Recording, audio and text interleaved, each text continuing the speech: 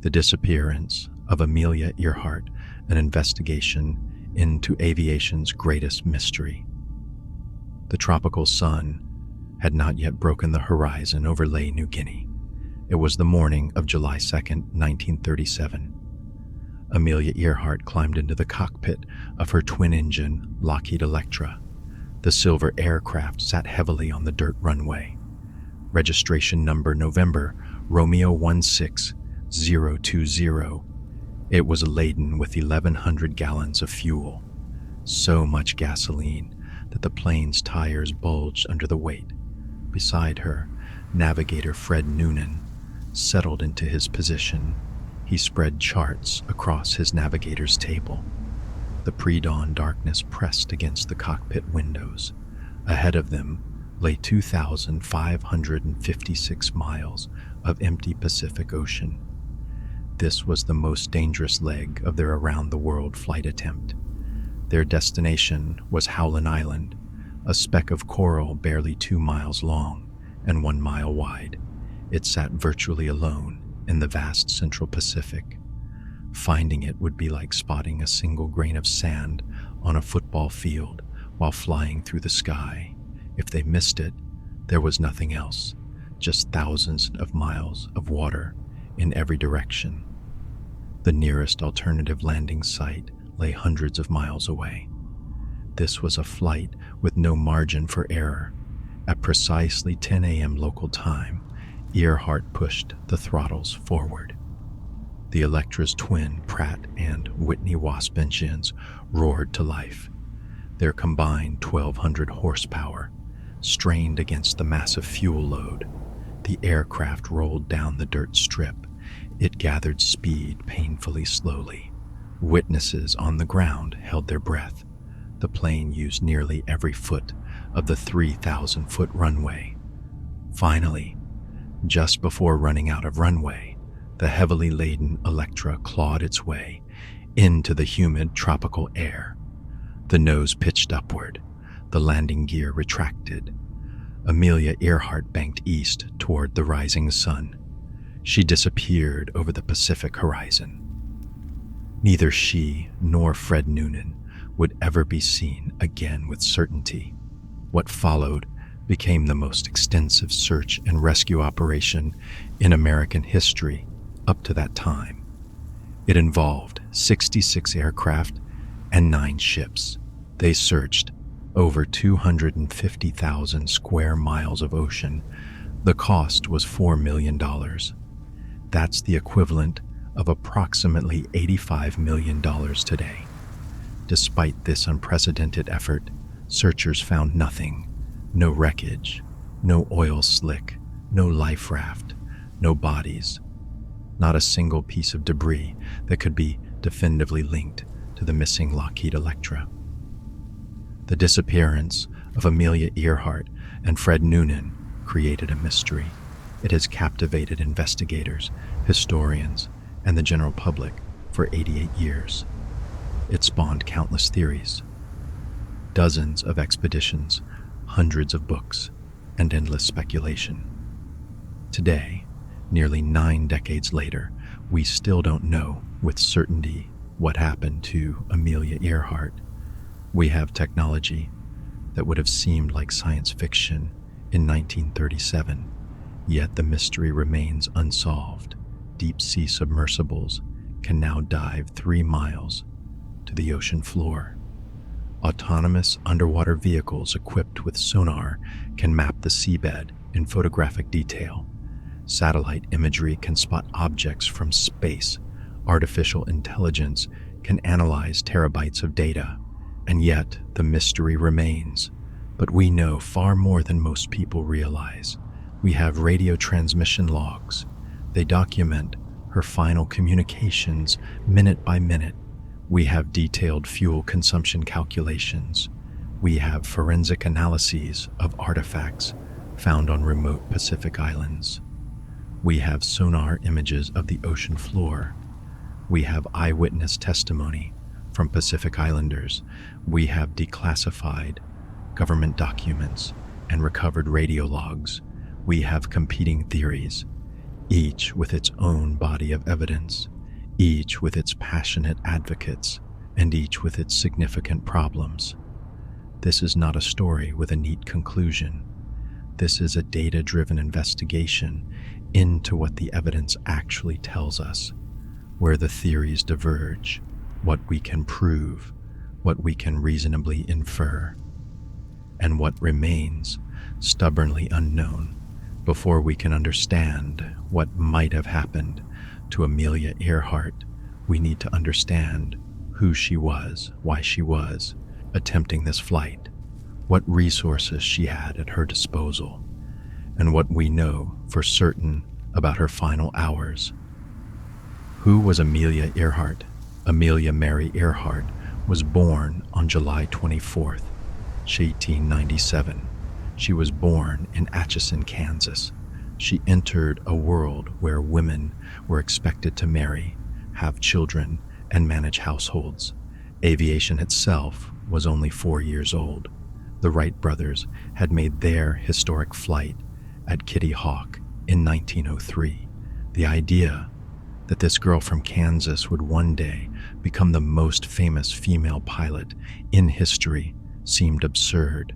That she would become a symbol of women's capabilities seemed impossible.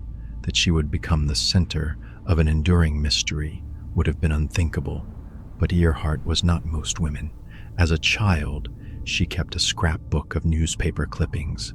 The clippings were about women who succeeded in predominantly male fields: engineering, law, advertising, management.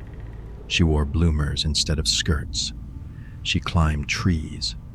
She hunted rats with a rifle in her family's barn.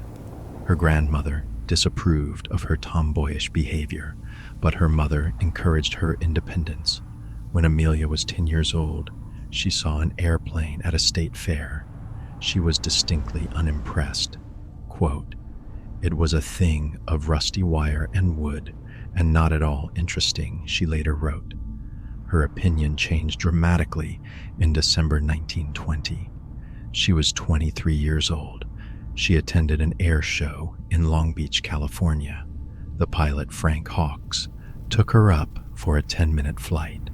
Quote, "As soon as we left the ground, I knew I myself had to fly," she later recalled. Within days, she had her first flying lesson with instructor Nita Snook. She worked multiple jobs to pay for flying lessons at $1 per minute. She worked as a photographer's assistant, as a stenographer, and as a truck driver. She cut her hair short to look like other female pilots. She slept in her new leather jacket for 3 nights to give it a more experienced, worn look. By October 1922, she had saved enough money to buy her own plane, a second-hand Kinner Airster biplane. She named it the Canary because of its bright yellow color. On October 22, 1922, flying the Canary, she set a women's altitude record. She reached 14,000 feet. She was 25 years old. Aviation had given her a sense of purpose that nothing else had provided, but Earhart's path to fame was not straightforward. The 1920s were difficult years financially for her family. She sold the Canary. She bought a Kissel Speedster automobile. She nicknamed it the Yellow Peril. For several years, she stepped away from flying. She worked as a social worker in Boston. She taught English to immigrant children. She might have remained an obscure former pilot who had once set a record that would inevitably be broken by someone else. Then came the phone call that changed everything. In April 1928, Earhart received a call. The caller asked, quote, "Would you like to be the first woman to fly the Atlantic?" Publisher George Palmer Putnam and pilot Wilmer Stultz were organizing a transatlantic flight. They wanted a woman passenger to accompany them. Earhart would not pilot the plane. She would simply be a passenger. but she would be the first woman to cross the Atlantic by air. After less than a day of consideration, she said yes. On June 17, 1928, the flight departed. Earhart Stultz and co-pilot Louis Gordon took off from Trepassey Harbor, Newfoundland. They flew in a Fokker F-7 named Friendship. 20 hours and 40 minutes later, they landed in Buryport, Wales. Earhart had crossed the Atlantic. The fact that she had been merely a passenger didn't matter to the public or the press. She kept the flight log while the men flew the plane, but she was instantly famous. She was dubbed Lady Lindy after Charles Lindbergh. Lindbergh had made his solo Atlantic crossing just a year earlier in 1927, but Earhart knew the truth. Quote, "I was just baggage like a sack of potatoes," she said. She was determined to prove she was a genuine pilot, not just a female figurehead for male pilots' achievements. She would cross the Atlantic again, this time solo, and this time as the pilot in command. For 4 years she prepared. She set other records to build her credentials and experience. In August 1928, she became the first woman to fly solo across the North American continent and back. In 1930, she set a women's speed record of 181 miles per hour. She wrote articles and books. She lectured across the country. She earned money to fund her flying and to support her extended family. She became vice president of National Airways, promoting commercial air travel. She helped form the 99s, an organization for female pilots. That organization exists to this day. On May 20th, 1932, the moment arrived. It was exactly 5 years after Lindbergh's Atlantic crossing. Amelia Earhart took off from Harbor Grace, Newfoundland. She flew in a single-engine Lockheed Vega. She was heading for Paris, just as Lindbergh had. Alone in the cockpit, she flew through the night over the black Atlantic. Flames began shooting out of the engine manifold. Ice formed on the wings. The altimeter failed. A fuel leak dripped gasoline down the back of her neck. After 14 hours and 56 minutes of flight, problems were mounting. Fuel was running dangerously low. She decided she couldn't make it to Paris. She landed in a field in Northern Ireland. She surprised a farmhand who asked, quote, "Have you flown far?" She replied, quote, "From America." Amelia Earhart had become the first woman to fly solo across the Atlantic Ocean. She received the Distinguished Flying Cross from Congress. She received the Cross of the Knight of the Legion of Honor from France. She received the Gold Medal of the National Geographic Society from President Herbert Hoover. She was now unquestionably the most famous female pilot in the world, but she wasn't finished. In January 1935, she became the first person of either sex to fly solo from Honolulu, Hawaii, to Oakland, California, a dangerous 2,400-mile flight over open ocean. It had already killed several pilots who had attempted it. In April 1935, she flew solo from Los Angeles to Mexico City. Then she flew to Newark, New Jersey. Later that year, Purdue University appointed her as a visiting faculty member. She became an advisor in careers for women. The Purdue Research Foundation purchased a Lockheed Electra 10E for her. She called it her flying laboratory. By 1937, Earhart was 39 years old. She had proven herself as a pilot repeatedly. She had set multiple records. She had written best-selling books. She was financially successful from her lectures and endorsements. She was married to George Palmer Putnam, though she had insisted on keeping her own name. She had written him a letter before their marriage. She stated that she wished to retain her independence. She said that either of them should be free to end the relationship if it didn't work. And she had one more record in her sights. She wanted to be the first woman to fly around the world. She wanted to do it at the equator, the longest possible route around the globe, approximately 29,000 miles. This was not a new idea. Wiley Post and his navigator Harold Gatty had completed the first around-the-world solo flight in 1931. The U.S. Army Air Service had done it in 1923, though it took 175 days and required massive support. But no woman had accomplished the feat, and no one had done it at the equatorial route. Earhart saw this as her crowning achievement, the culmination of her career, the final proof that women could accomplish anything men could. The flight was expensive and risky. The Lockheed Electra was a sophisticated aircraft, but it was also heavy and complex. The longest legs of the journey would be over open ocean.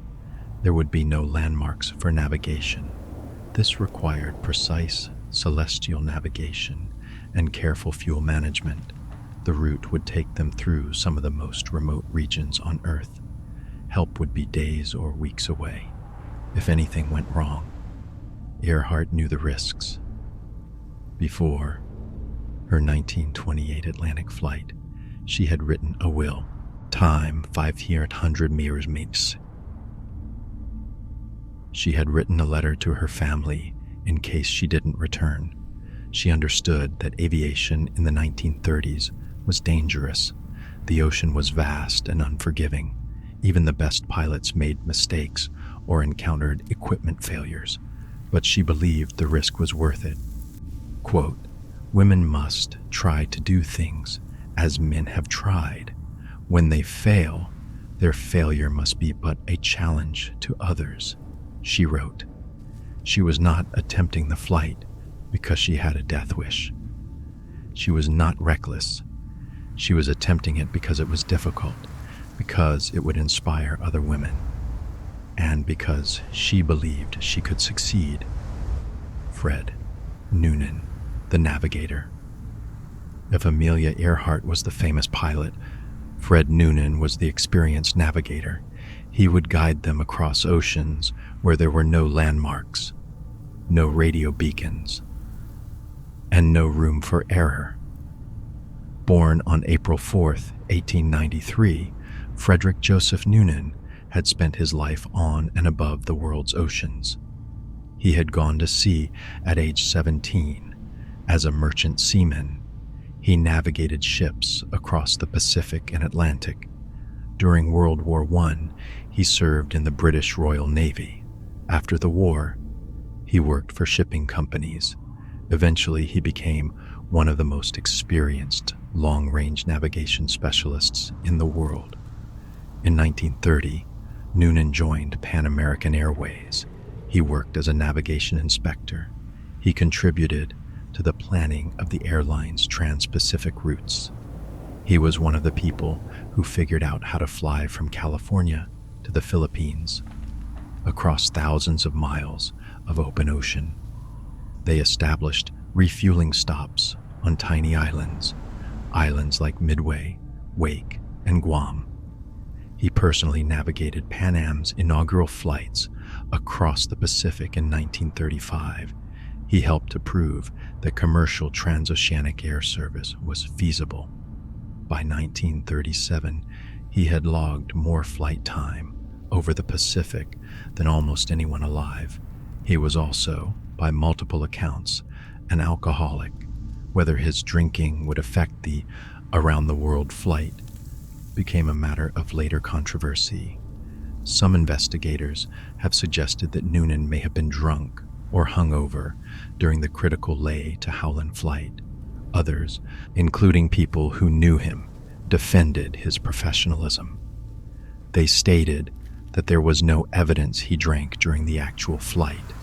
What is certain is that Noonan left Pan American Airways in 1937. The circumstances are disputed. Some sources say he resigned, others say he was fired, possibly due to drinking. When Earhart was organizing her world flight, she needed an experienced navigator. She needed someone for the long ocean crossings. Noonan, despite any personal demons, was one of the most qualified men in the world for the job. He had navigated the exact routes they would be flying across the Pacific, from island to island, using celestial navigation. With a sextant, he could determine position when no landmarks were visible. If anyone could get Earhart safely to Howland Island, it was Fred Noonan. They made an odd pair. Earhart was famous, polished, media savvy, and politically engaged. Noonan was a technical specialist, gruff and private, more comfortable with charts and sextants than with reporters and cameras, but they shared a professionalism about flying, an understanding that aviation demanded respect and preparation. Whatever happened to them on July 2nd, 1937, it was not for lack of experience or competence. Earhart had thousands of flight hours. Noonan had navigated across the Pacific dozens of times. They were flying one of the most advanced aircraft available. They had support ships positioned along the route. They had the backing of the U.S. government. The government had positioned Coast Guard vessels to provide navigation assistance, and yet they vanished. The Lockheed Electra 10E. The aircraft Amelia Earhart flew on her final flight was a Lockheed Model 10E Electra, a twin-engine, all-metal monoplane. It represented the cutting edge of 1930s aviation technology. Lockheed had introduced the Electra in 1934 as a small airliner. It quickly became popular with airlines around the world. It was known for its speed, range, and reliability.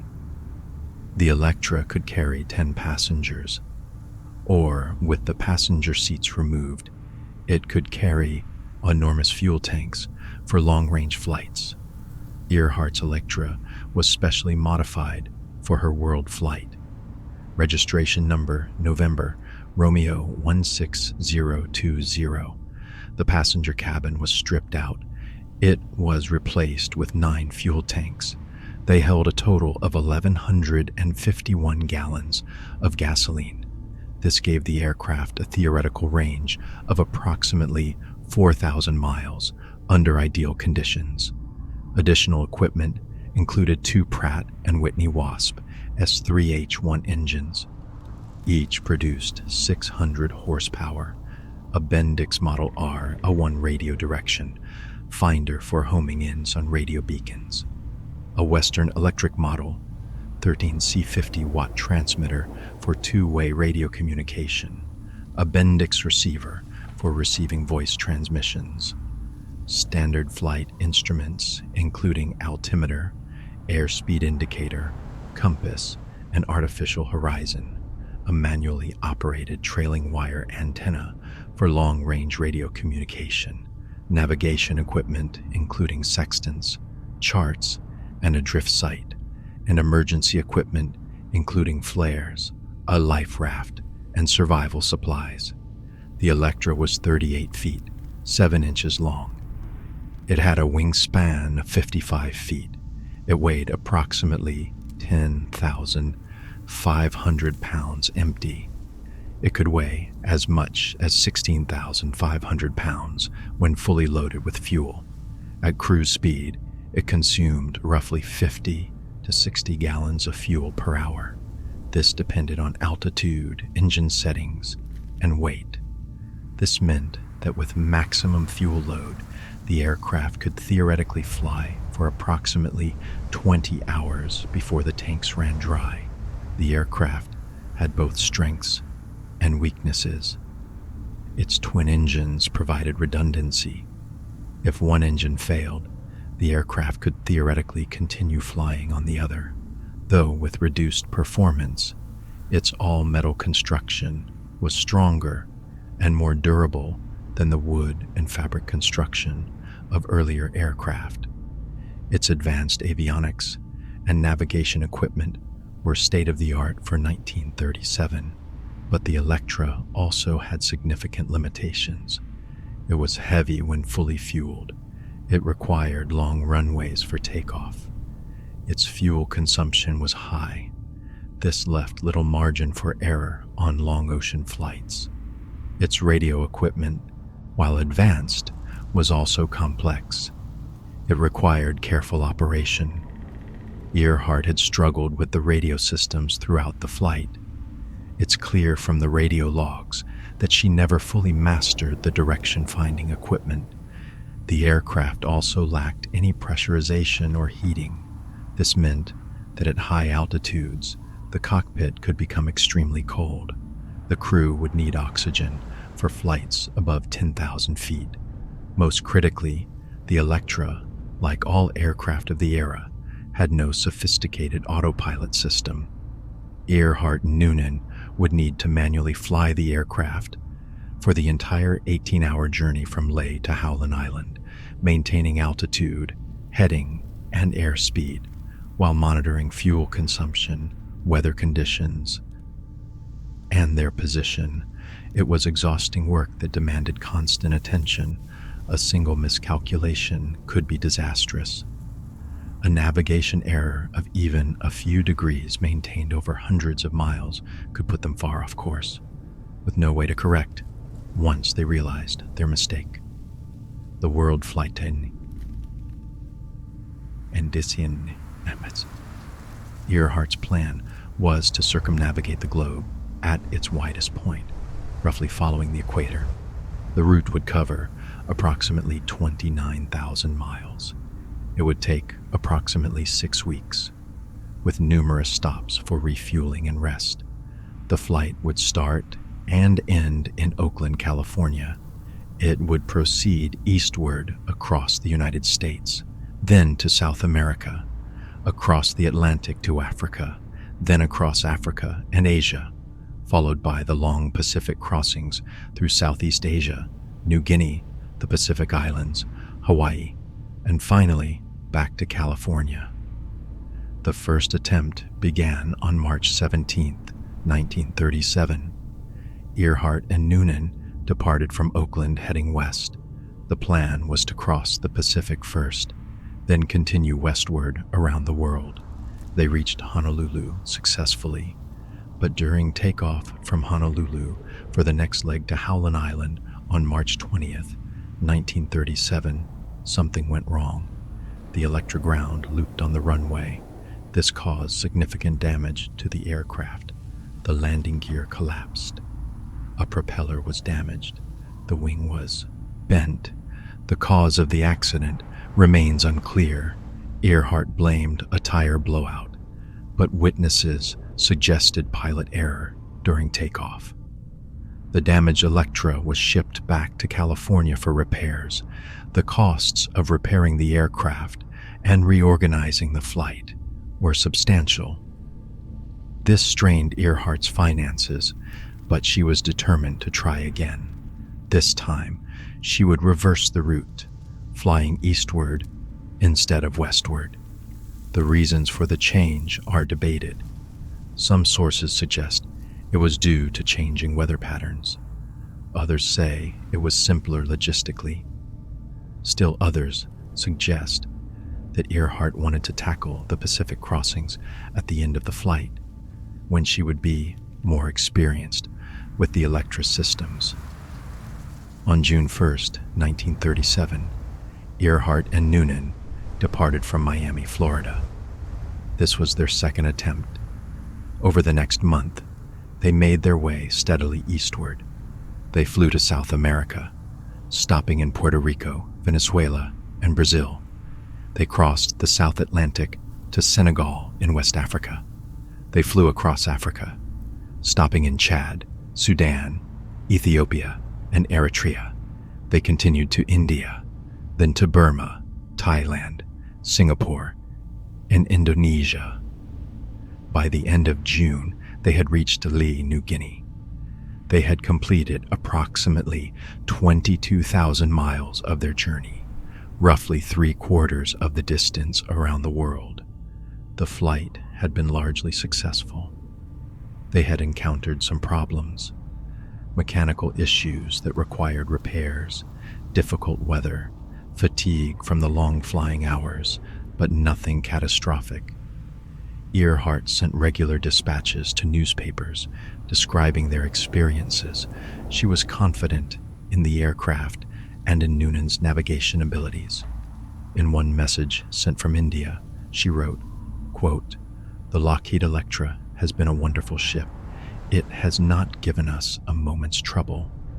The remaining legs of the flight would be primarily over water, from Leh to Howland Island, then to Hawaii, and finally back to California. These were the most dangerous segments. There would be few or no landmarks for navigation. They would be relying entirely on celestial navigation and radio direction finding to locate tiny islands in the vast Pacific. Any significant navigation error could be fatal. The Leh to Howland leg was particularly challenging. Howland Island, their destination, was barely 2 miles long and 1 mile wide, a tiny coral atoll sitting virtually alone in the central Pacific, 2,556 miles from Leh, at an average ground speed of 140 to 150 miles per hour. The flight would take approximately 18 hours. If they missed Howland Island and continued past it, the next land would be Hawaii, over 1,500 miles to the north, far beyond the Electra's fuel range. To provide navigation assistance, the U.S. government had positioned the Coast Guard cutter Itasca. It was stationed approximately 1 mile off the coast of Howland Island. The ship would transmit radio signals that Earhart could use with her direction finder. To home in on the island, the ship's crew would maintain radio contact with Earhart, providing weather information and bearing readings. On Howland Island itself, a small team had prepared a landing strip. They would light fires to mark the island's location. Everything possible had been done to make the tiny island as visible as possible. The final flight, departure from Leh. On July 1st, 1937, Earhart and Noonan spent the day in Leh. They were preparing for the crucial flight to Howland Island. The Electra was serviced and refueled. Noonan checked his navigation equipment and plotted the course. Earhart sent messages back to the United States. She updated her sponsors and the press on their progress. The weather forecast for the route was mixed, some clouds and possible headwinds, but nothing that seemed insurmountable. The maximum fuel load for the Electra was limited by the length of the runway at Leh. The dirt airstrip was only 3,000 feet long. Taking off with the maximum fuel from a short runway in tropical heat was extremely risky. The air density was lower in the heat. Too much weight in the aircraft might not be able to get airborne before running out of runway. After careful calculations, they decided to load approximately 1,100 gallons of fuel, enough for about 20 hours of flight if everything went perfectly. This gave them roughly 2 hours of reserve fuel beyond the estimated 18-hour flight time. There was no margin for error. If they encountered stronger headwinds than expected, those 2 hours of reserve could evaporate quickly. If they had to circle while searching for the island, they would burn fuel. If they burned fuel faster than calculated, the reserve would disappear, but the calculations suggested they would make it. Both Earhart and Noonan were experienced enough to understand the risks. They tried to get some rest on the evening of July 1st, but both likely slept poorly. At approximately 3 a.m. on July 2nd, they arrived at the airfield. It was still dark. Ground crew finished the final preparations on the Electra. Noonan loaded his navigation equipment, charts, a sextant, plotting tools, and alarm clock. The alarm clock would wake him for celestial sightings. Earhart performed her pre-flight inspection of the aircraft. She checked the engines, the control surfaces, the fuel levels. At 10 a.m. local time on July 2nd, 1937, they were ready. Earhart climbed into the left seat. Noonan climbed into his navigator station, behind and to the right of the cockpit. The engine started with a roar. Earhart ran through her final checks. Then she released the brakes and pushed the throttles forward. The heavily laden Electra accelerated slowly down the dirt strip. Earhart held the nose down, building speed. The end of the runway approached. At the last possible moment, the Electra broke ground. It climbed sluggishly into the morning air. Witnesses watched anxiously. The silver aircraft disappeared over the jungle to the east, heading out over the Solomon Sea toward the open Pacific. They flew into the morning sun, beginning an 18-hour journey over one of the most remote stretches of ocean on Earth. For the next several hours, everything apparently went as planned. Noonan took regular celestial sightings with his sextant. Time 500 nearer. He measured the angles of the sun to calculate their position. Earhart monitored the engines and the fuel flow. They crossed into the afternoon, then into the evening. As darkness fell, they continued eastward through the night, navigating by the stars. Somewhere around midnight, they would have crossed the international date line, moving from July 2nd to July 3rd by the calendar, though for them it would still feel like the same endless night of flying. By early morning, they would have been approaching the vicinity of Howland Island, having flown nearly 2,500 miles over open ocean, with no landmarks visible. This is where radio communications become critical, because from this point forward, the radio logs from the Coast Guard cutter Itasca provide a minute-by-minute account of what happened next. The critical hours, radio contact with the Itasca. The Coast Guard cutter Itasca had been stationed off Howland Island since June 27th, specifically to support Earhart's flight. The ship was equipped with radio communication equipment and direction-finding capabilities. The plan was for Earhart to communicate with the Itasca as she approached the island. This would allow the ship to provide bearing information to help guide her in. On the island itself, a small team stood ready with fires and signals to mark the location of the airstrip. The radio operators on the Itasca began their watch at 7 p.m. on July 1st, local Howland Island time. They monitored the frequencies that Earhart was expected to use, 3105 kilohertz at night and 6210 kilohertz during daylight. The night passed with no contact. This wasn't particularly concerning. Earhart was still too far away for reliable radio communication. The first contact came at 2:45 a.m. on July 2nd, Howland Island time. Remember that Ley was on the other side of the international date line, so their calendars didn't match. The Itasca's radio log records that they heard a faint signal. It might have been Earhart's voice, but it was too weak and distorted to understand. Over the next several hours, the Itasca intermittently heard fragments of transmissions from Earhart, but communication was maddeningly difficult. Part of the problem was technical. Earhart was transmitting on 3105 kilohertz. She was using her Western electric transmitter. The Itasca was listening on that frequency, but the Itasca could only transmit voice communications on 3105 kilohertz. It could not receive them. For two-way voice communication, they needed to communicate on different frequencies.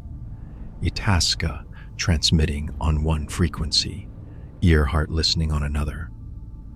This should have been coordinated in advance, but somewhere in the planning process, there had been a misunderstanding or miscommunication about which frequencies to use and when.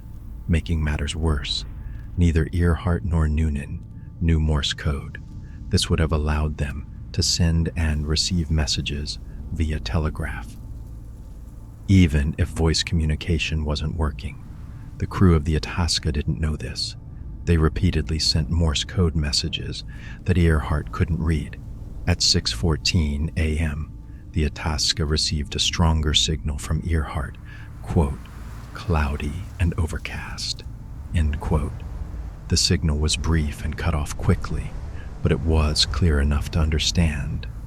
Earhart was definitely approaching Howland Island. She was reporting weather conditions. The Itasca attempted to respond. They asked Earhart to transmit on the hour and half hour, to allow the ship to take radio direction, finding bearings. There's no evidence Earhart heard this message. At 6:45 a.m., another transmission came from Earhart, quote, "Please take bearing on us and report in half hour. I will make noise in microphone." About 200 miles out, approximately, end quote. This was crucial information.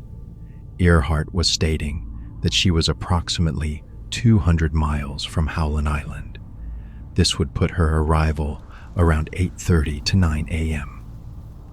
Depending on her ground speed, the Itasca immediately attempted to take a radio direction, finding bearing on her signal to determine her direction from the ship, but Earhart's transmission was too brief. To get an accurate bearing, the direction-finding equipment needed a continuous signal for at least 30 seconds. Earhart's transmissions were lasting only a few seconds.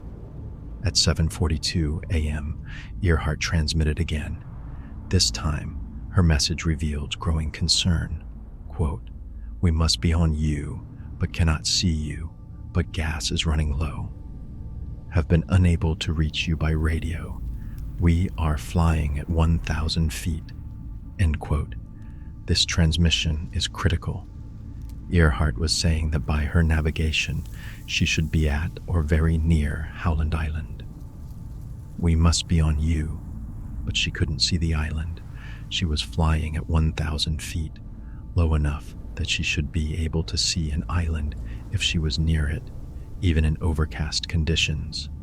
And most ominously, her fuel was, quote, "running low."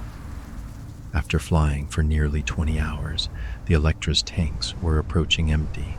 The Itasca received this transmission with a signal strength of 5+, which is very strong reception. Earhart was close, possibly within 50 miles, maybe less, but where exactly?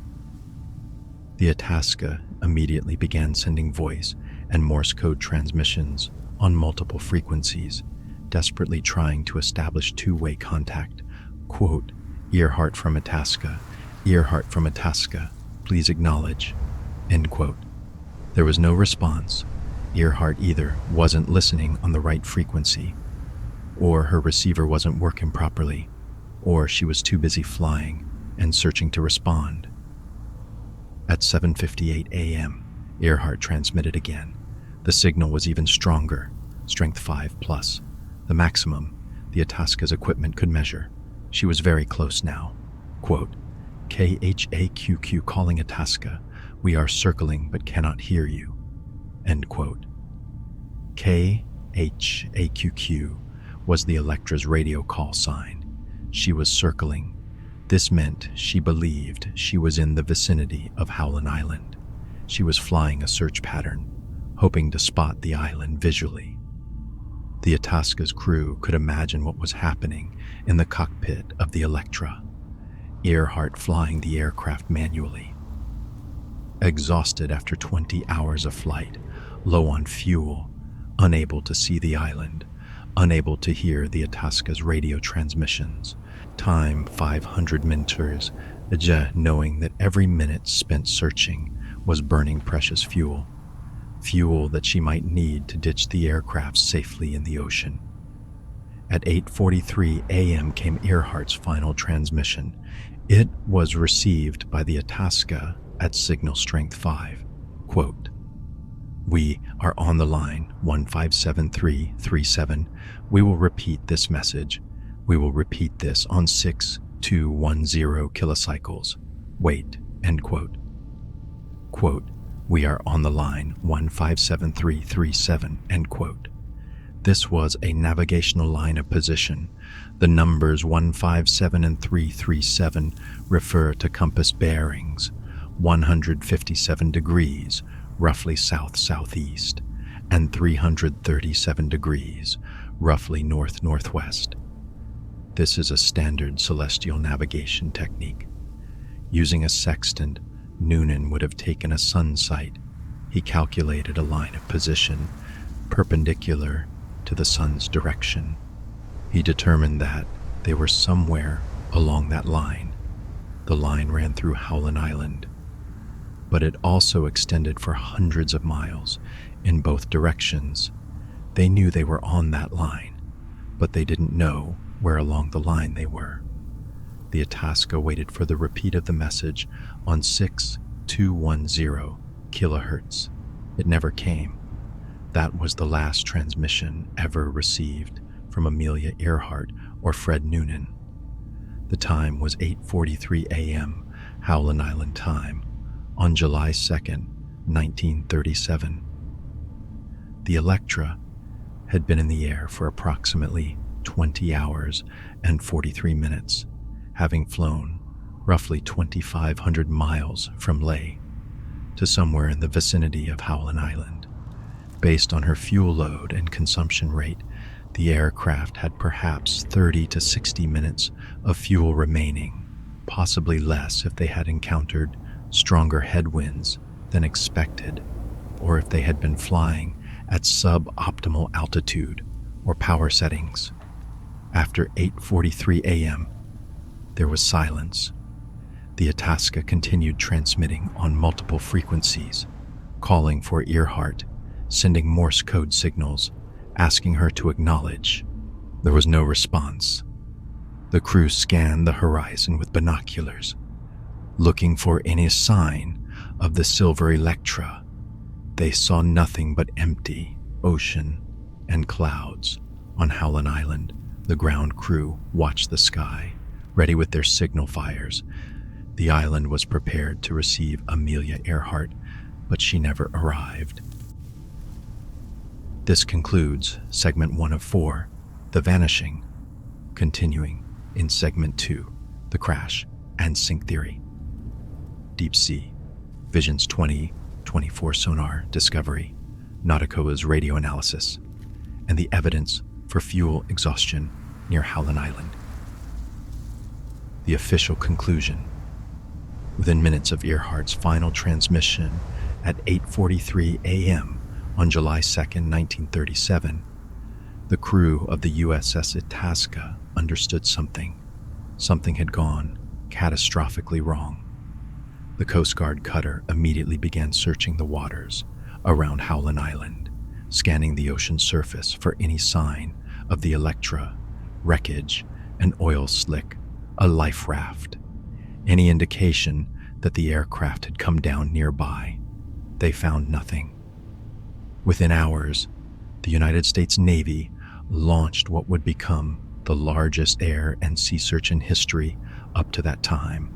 The operation was designated as the Earhart Search. It mobilized massive resources: the battleship USS Colorado, the aircraft carrier USS Lexington, 4 destroyers, a minesweeper, and the Coast Guard cutter Itasca. From these vessels, 66 aircraft launched search missions. They flew grid patterns over 250,000 square miles of the Pacific Ocean. At sea, 9 ships combed the waters around Howland Island and the Phoenix Islands to the south. The search continued for 16 days, from July 2nd through July 18th, 1937, at a cost of approximately $4 million, the equivalent of roughly $85 million today. The searchers found nothing conclusive. On July 9th, aircraft from the USS Colorado flew over Gardner Island, now called Nikumaroro, approximately 350 miles southeast of Howland Island. The pilots reported seeing, quote, signs of recent habitation, end quote, on the uninhabited island, but they saw no aircraft and no people. Time 500 meters. They did not land to investigate. Other islands in the Phoenix group were similarly searched from the air. The ocean was scoured. Every reported sighting was investigated. Every possible lead was followed. By July 18, 1937, with no trace of the aircraft or crew found, the official search was called off. On January 5, 1939, more than 18 months after the disappearance, a court in Los Angeles issued a declaration of death for both Amelia Earhart and Fred Noonan. The official conclusion of the United States Navy and Coast Guard was straightforward and unambiguous. Earhart and Noonan had run out of fuel. They ditched the Lockheed Electra into the Pacific Ocean, somewhere in the vicinity of Howland Island, unable to find the island, unable to establish two-way radio communication with the Itasca, and with their fuel tanks running dry, they had no choice but to attempt a water landing. The aircraft either sank immediately or shortly after impact. Earhart and Noonan died in the crash or drowned shortly afterward. Their bodies and the wreckage sank to the ocean floor, somewhere in waters that might be as deep as 15,000 to 18,000 feet. This crash and sink theory has remained the official explanation for 88 years. It is supported by the U.S. government, the Smithsonian Institution, most aviation historians, and the majority of Earhart researchers. It is, by any reasonable analysis of the evidence, the most straightforward explanation for what happened, and yet, for all its apparent simplicity, it has never been definitively proven, because the one piece of evidence that would settle the matter beyond any doubt has never been found: the wreckage of the Lockheed Electra. The evidence for crash and sink. The case for the crash and sink theory rests on multiple lines of evidence. Taken together, they paint a compelling picture of what happened in the final hours of Earhart's flight. The radio transmissions. The radio log from the Itasca provides a detailed timeline of Earhart's approach to Howland Island. Every transmission she made in the final 2 hours tells the same story. She was close to Howland Island. She was searching for it. She couldn't see it. And she was running out of fuel at 7:42 a.m. Quote, "We must be on you, but cannot see you, but gas is running low." End quote. At 7:58 a.m., quote, "KHAQQ calling Itasca. We are circling but cannot hear you." End quote. At 8:43 a.m., quote, "We are on the line 157337, end quote. The progressive increase in radio signal strength is significant, from weak and intermittent early in the flight to strength 5+ maximum at 7:58 a.m. This clearly indicates that the Electra was getting closer to Howland Island throughout the morning. The Itasca's radio direction, finding equipment, couldn't get precise bearings. This was due to the brevity of Earhart's transmissions. but it consistently indicated that the signals were coming from a direction consistent with an aircraft approaching from the west or southwest. The content of the transmissions reveals the situation in the cockpit.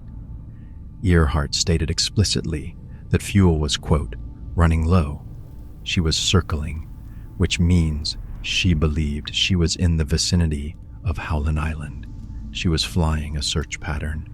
The final transmission, "We are on the line, 157337, was a navigational line of position, indicating that Noonan had taken a celestial sight. He determined that they were somewhere along that line. That line passed through Howland Island, but it extended for hundreds of miles in both directions. They knew they were on the line. They didn't know exactly where on the line they were.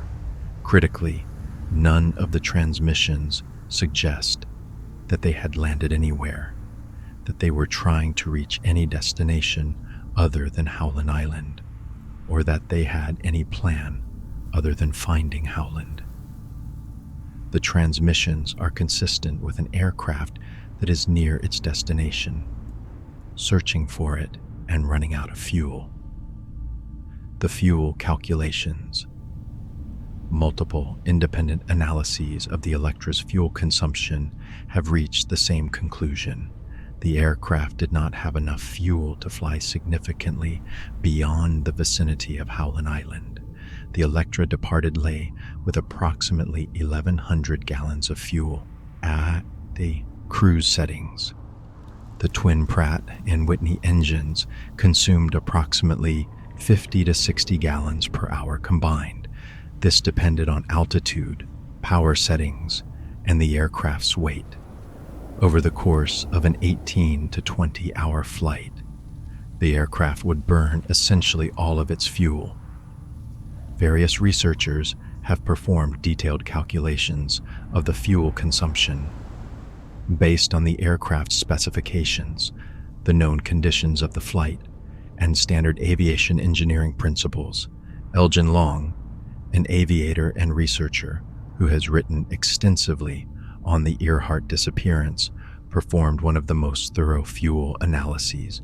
Long calculated that with 1,100 gallons of fuel and the wind conditions reported for July 2, 1937, the Electra would have had enough fuel for approximately 20 to 21 hours of flight. The aircraft took off at 10 a.m. Leh time. It made its last transmission at 8:43 a.m. Howland time, approximately 20 hours and 43 minutes of flight time. By Long's calculations, the aircraft would have had perhaps 30 to 60 minutes of fuel remaining at the time of the last transmission, possibly less if they had encountered stronger headwinds than expected or had been burning fuel at a higher rate due to suboptimal altitude or power settings. This means that the Electra could not have flown more than perhaps 50 to 100 additional miles after the last transmission before the engine stopped. Given that Howland Island is only 2 miles long, it would have been very easy to miss it visually, especially in overcast conditions. If Earhart flew past Howland Island without seeing it, she would have only minutes to realize her mistake, to turn around and try to find the island before the fuel ran out. The fuel calculations make it physically impossible for the Electra to have reached the Marshall Islands, which were approximately 800 miles northwest of Howland Island. Flying to the Marshall Islands would have required changing course dramatically, and flying for several more hours, time and fuel that the aircraft simply didn't have. Similarly, other alternative destinations suggested by various theories are ruled out by the simple fact that the aircraft was at the end of its fuel supply. Navigation Analysis Rear Admiral Richard R. Black was the Department of the Interior official in charge of the Howland Island operations. He was present in the Itasca's radio room on July 2nd. In 1982, he stated, quote, "The Electra went into the sea about 10 a.m., July 2nd, 1937, not far from Howland." End quote. Black's statement carries significant weight. He was one of the few people in a position to know exactly what was happening in real time as the disaster unfolded. Captain Lawrence Safford was a retired U.S. Navy officer and cryptographer.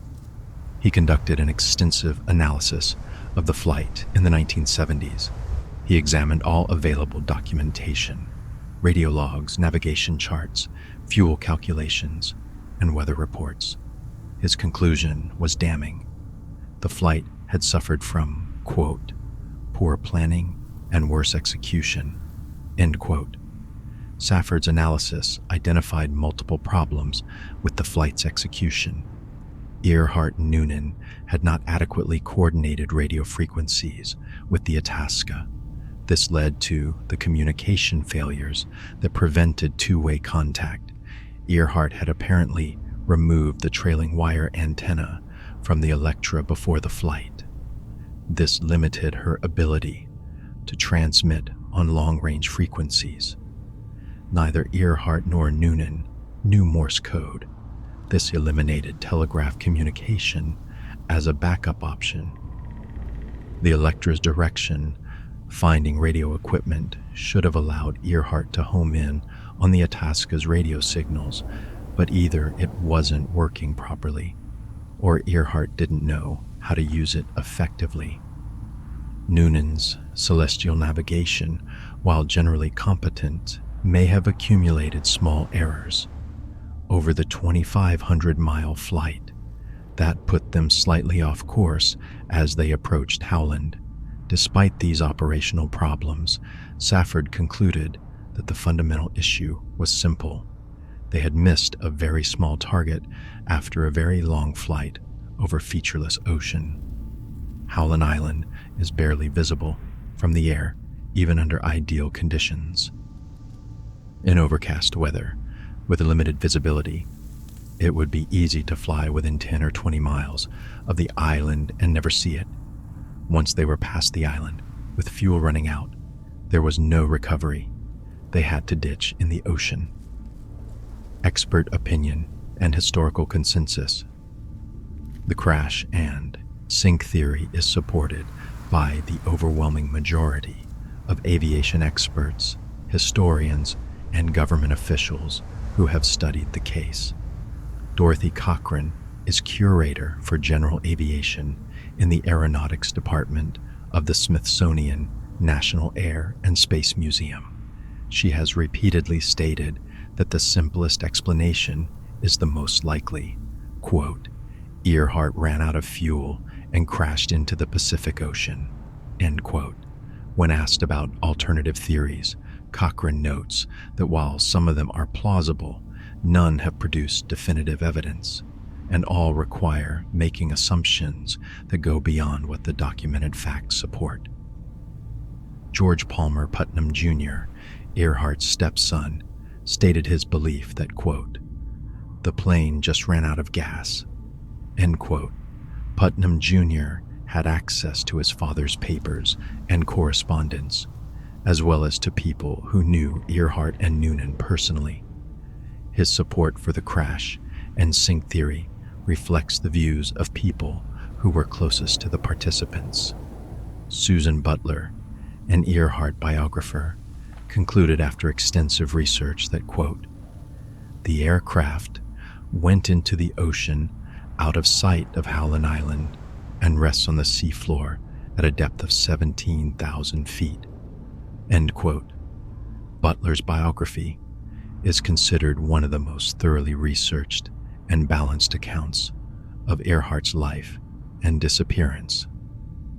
The consensus among experts is not based on wishful thinking or convenient assumptions. It's based on the documented facts. The radio transmissions indicating the aircraft was near Howland Island, the fuel calculations showing the aircraft couldn't have flown much farther. The navigation analysis explaining how they could have missed the island, and the complete absence of any credible evidence that the aircraft landed anywhere else. The problem: no wreckage. The crash and sink theory is logical, well supported by evidence, and accepted by most experts. It has only one significant problem. In 88 years of searching, no one has found the wreckage of the Lockheed Electra. This is not necessarily surprising. The Pacific Ocean in the vicinity of Howland Island is extremely deep, 15,000 to 18,000 feet in many areas. The ocean floor at these depths is rugged, with underwater mountains, valleys, and geological features that can hide wreckage. The Electra, if it sank intact, would have settled to the bottom. It might be partially buried in sediment by now. If it broke apart on impact or during the descent, the pieces could be scattered over a wide area. Finding a single aircraft on the ocean floor is extraordinarily difficult. The ocean floor at these depths is pitch black. Visibility is measured in feet at best. Water pressure is immense. Searching requires specialized equipment, deep-sea submersibles, autonomous underwater vehicles, and sophisticated sonar systems. Even with modern technology, searchers can cover only a few square miles per day, and the potential search area is enormous. Consider the difficulty of finding other lost aircraft in the ocean.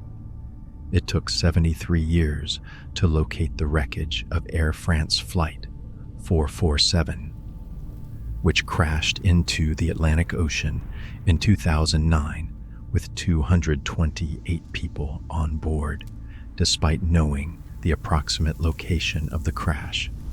Having satellite data and deploying multiple search expeditions with the most advanced technology available, it still took years to find the wreckage. The search for Malaysia Airlines Flight 370, which disappeared in 2014, has involved hundreds of millions of dollars in search efforts and has still not definitively located the main wreckage despite extensive underwater searches. If it's that hard to find modern aircraft with known crash locations, extensive data, and virtually unlimited resources, how much harder is it to find a 1937 aircraft that disappeared 88 years ago with minimal data about its exact location? Despite these challenges, multiple expeditions have attempted to find the Electra on the ocean floor near Howland Island. These searches represent some of the most sophisticated underwater exploration efforts ever undertaken for a historical aircraft recovery. Nauticos, the deep sea. Search specialists. Nauticos Corporation is a deep-sea exploration company based in Maryland. It has been searching for Amelia Earhart's aircraft since 2002, founded by David Jordan, a former U.S. Navy officer and underwater search specialist. Nauticos specializes in locating lost ships, aircraft, and other objects on the ocean floor. The company has successfully located several historically significant wrecks, including the Japanese submarine M52 and the Israeli submarine INS Dakar. Nauticos' approach to the Earhart search is methodical and science-based. Rather than searching randomly or following hunches, the company uses detailed analysis to identify the most probable search areas, then uses advanced underwater survey equipment to systematically scan those areas. The first expeditions, 2002 and 2006. Nauticos' first expedition to search for Earhart's plane took place in 2002. The company used ship-mounted deep-tow sonar to survey areas of the ocean floor near Howland Island. Deep-tow sonar works by towing a sonar device behind a ship at a depth of several thousand feet above the ocean floor. The sonar emits sound waves that bounce off objects on the sea floor, creating detailed images of the bottom topography. The system can detect objects as small as a few feet across, making it theoretically capable of spotting the wreckage of an aircraft. The 2002 expedition surveyed several hundred square miles of ocean floor, but found no sign of the Electra. In 2006, Nauticos returned with more advanced equipment. They surveyed additional areas. Again, the search came up empty. Nothing but seafloor, geological formations, and scattered debris that turned out to be natural rock formations or unrelated objects. The 2006 expedition did find some cables on the ocean floor. They initially generated excitement, but analysis determined they were not from Earhart's aircraft. The cables were too modern. They didn't match any specifications of equipment that would have been on the Electra. Despite the lack of success, each expedition added to Nauticos' database of information about the ocean floor in the search area. By 2006, the company had eliminated several hundred square miles of ocean as possible crash sites.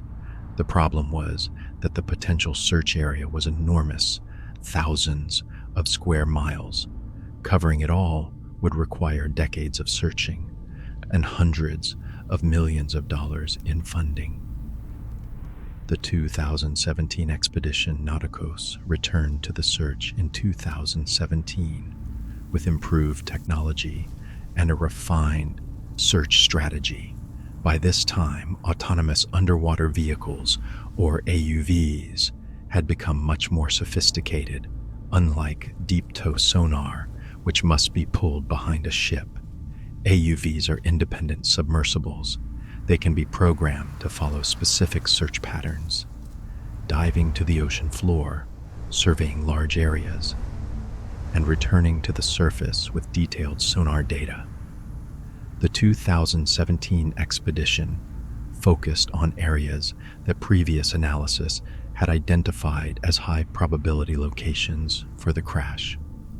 These areas were selected based on several factors: the radio direction, finding bearings from the Itasca, though these were imprecise, the fuel calculations indicating maximum possible distance from Howland Island, the 157337 line of position from Earhart's last transmission, ocean current and wind drift analysis, and statistical probability calculations. The 2017 expedition surveyed additional hundreds of square miles of ocean floor. The sonar data was analyzed by experts who examined every anomaly, every object that might potentially be aircraft wreckage. Once again, nothing definitive was found. There were rocks, geological features, and various objects on the seafloor, but nothing that could be confirmed as the Electra.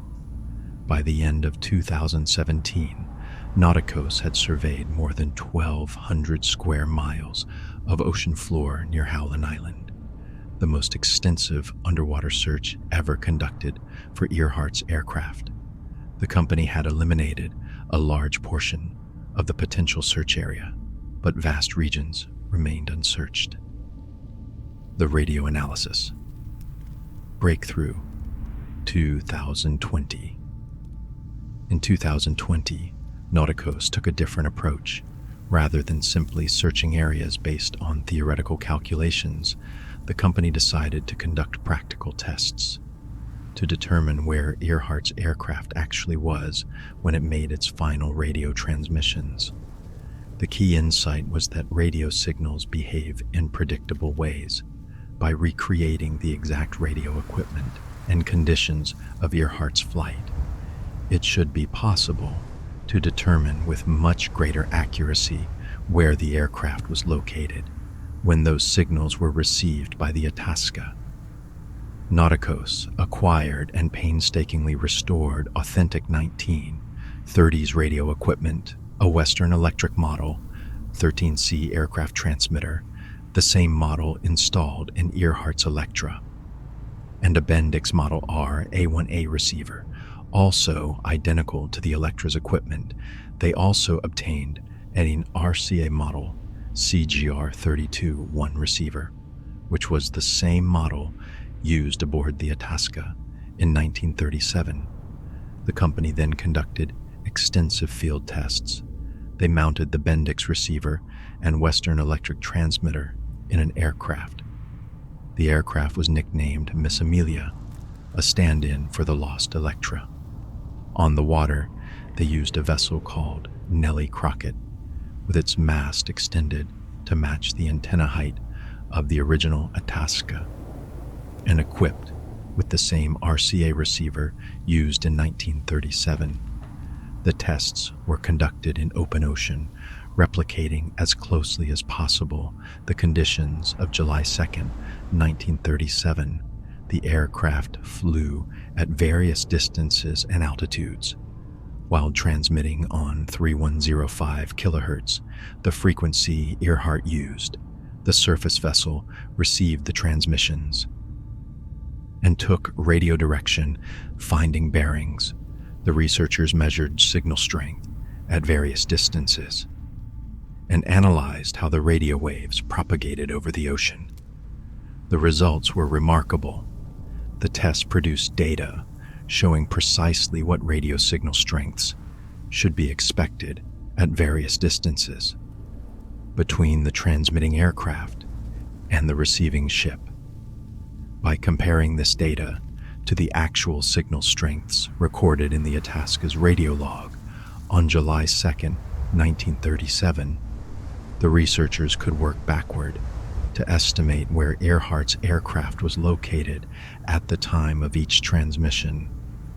The analysis was compiled in an 88-page report titled Statistical Analysis for Highest Probability Areas. It dramatically narrowed the search zone.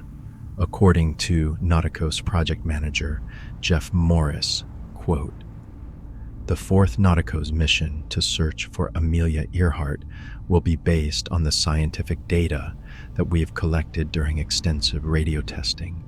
This is no longer theory. This is scientifically measured information that tells us where she was at 8 a.m. on July 2nd, 1937, end quote. David Jordan, president of Nauticos, stated in 2024, quote, "Our latest radio communication analysis is a major leap forward in solving one of the most enduring mysteries in aviation history. We have narrowed the search area dramatically, and this new expedition presents our best chance yet to finally locate Amelia Earhart's plane," end quote. The radio analysis indicated that at 8 a.m. on July 2nd, 1937, just 43 minutes before Earhart's final transmission, the Electra was just outside visual range of the Itasca, probably 30 to 50 miles from Howland Island. This is consistent with the crash and sink theory.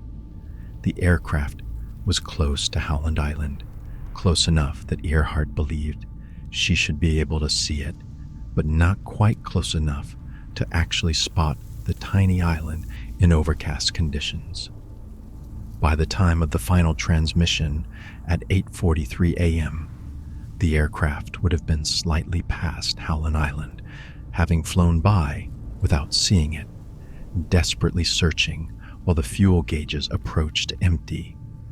As of late 2024, Nauticos has surveyed approximately 9,000 square miles of ocean floor in various expeditions.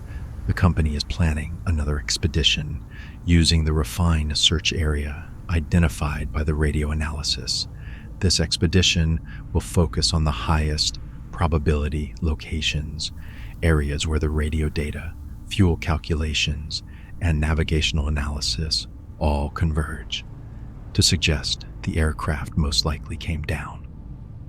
Deep Sea Vision, the 2024 sonar discovery, While Nauticos was refining its search strategy through radio analysis, another team was taking a different approach. Deep Sea Vision is a Charleston, South Carolina, based marine robotics company.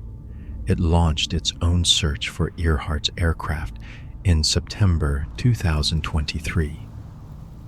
The Dateline Theory. Deep Sea Vision's search was based on what's known as the Dateline Theory, developed by Liz Smith, a former NASA engineer and hobbyist pilot. Smith's theory proposes that Fred Noonan made a critical navigation error related to crossing the international date line. The international date line is an imaginary line in the Pacific Ocean. It roughly follows the 180th meridian, where the calendar date changes by 1 day. When traveling westward across the date line, you advance 1 day. When traveling eastward, you go back 1 day. Earhart and Noonan, flying from west to east, would have crossed the date line during their flight from Ley to Howland Island. Smith's theory suggests that Noonan failed to properly account for this date change in his navigation calculations. Celestial navigation requires knowing the precise date and time to calculate position from sun or star sites. If Noonan was using the wrong date in his calculations, his position calculations would be systematically off by a predictable amount. According to Smith's analysis, this error could have placed the aircraft approximately 60 miles off course, far enough to miss Howland Island, but not so far as to make the aircraft's radio transmissions impossible. The dateline theory had been discussed for years among Earhart researchers, but it had never been seriously tested through an underwater search, because the regions it predicted as potential crash sites were west of Howland Island, in areas that had not been thoroughly surveyed. Deep Sea Vision decided to test the theory with a properly equipped expedition.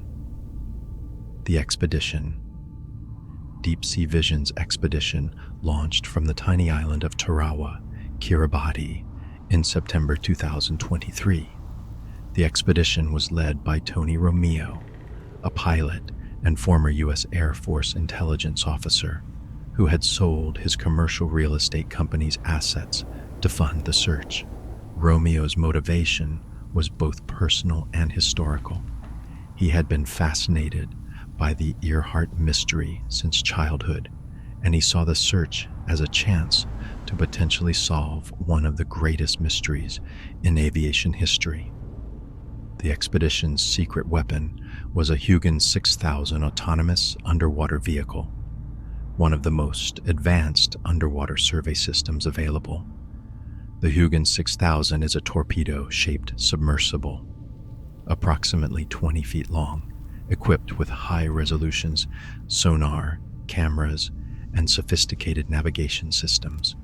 The vehicle can dive to depths of 6,000 meters, nearly 20,000 feet, and can operate independently for up to 48 hours at a time, following pre-programmed search patterns and mapping the ocean floor in extraordinary detail.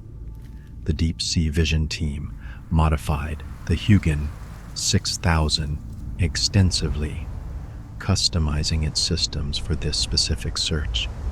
They nicknamed the vehicle Miss Millie after Amelia. The expedition planned to search more than 5,200 square miles of ocean floor, more than all previous searches combined. The search process was intensive. Each dive of the Huygens 6000 lasted nearly 48 hours.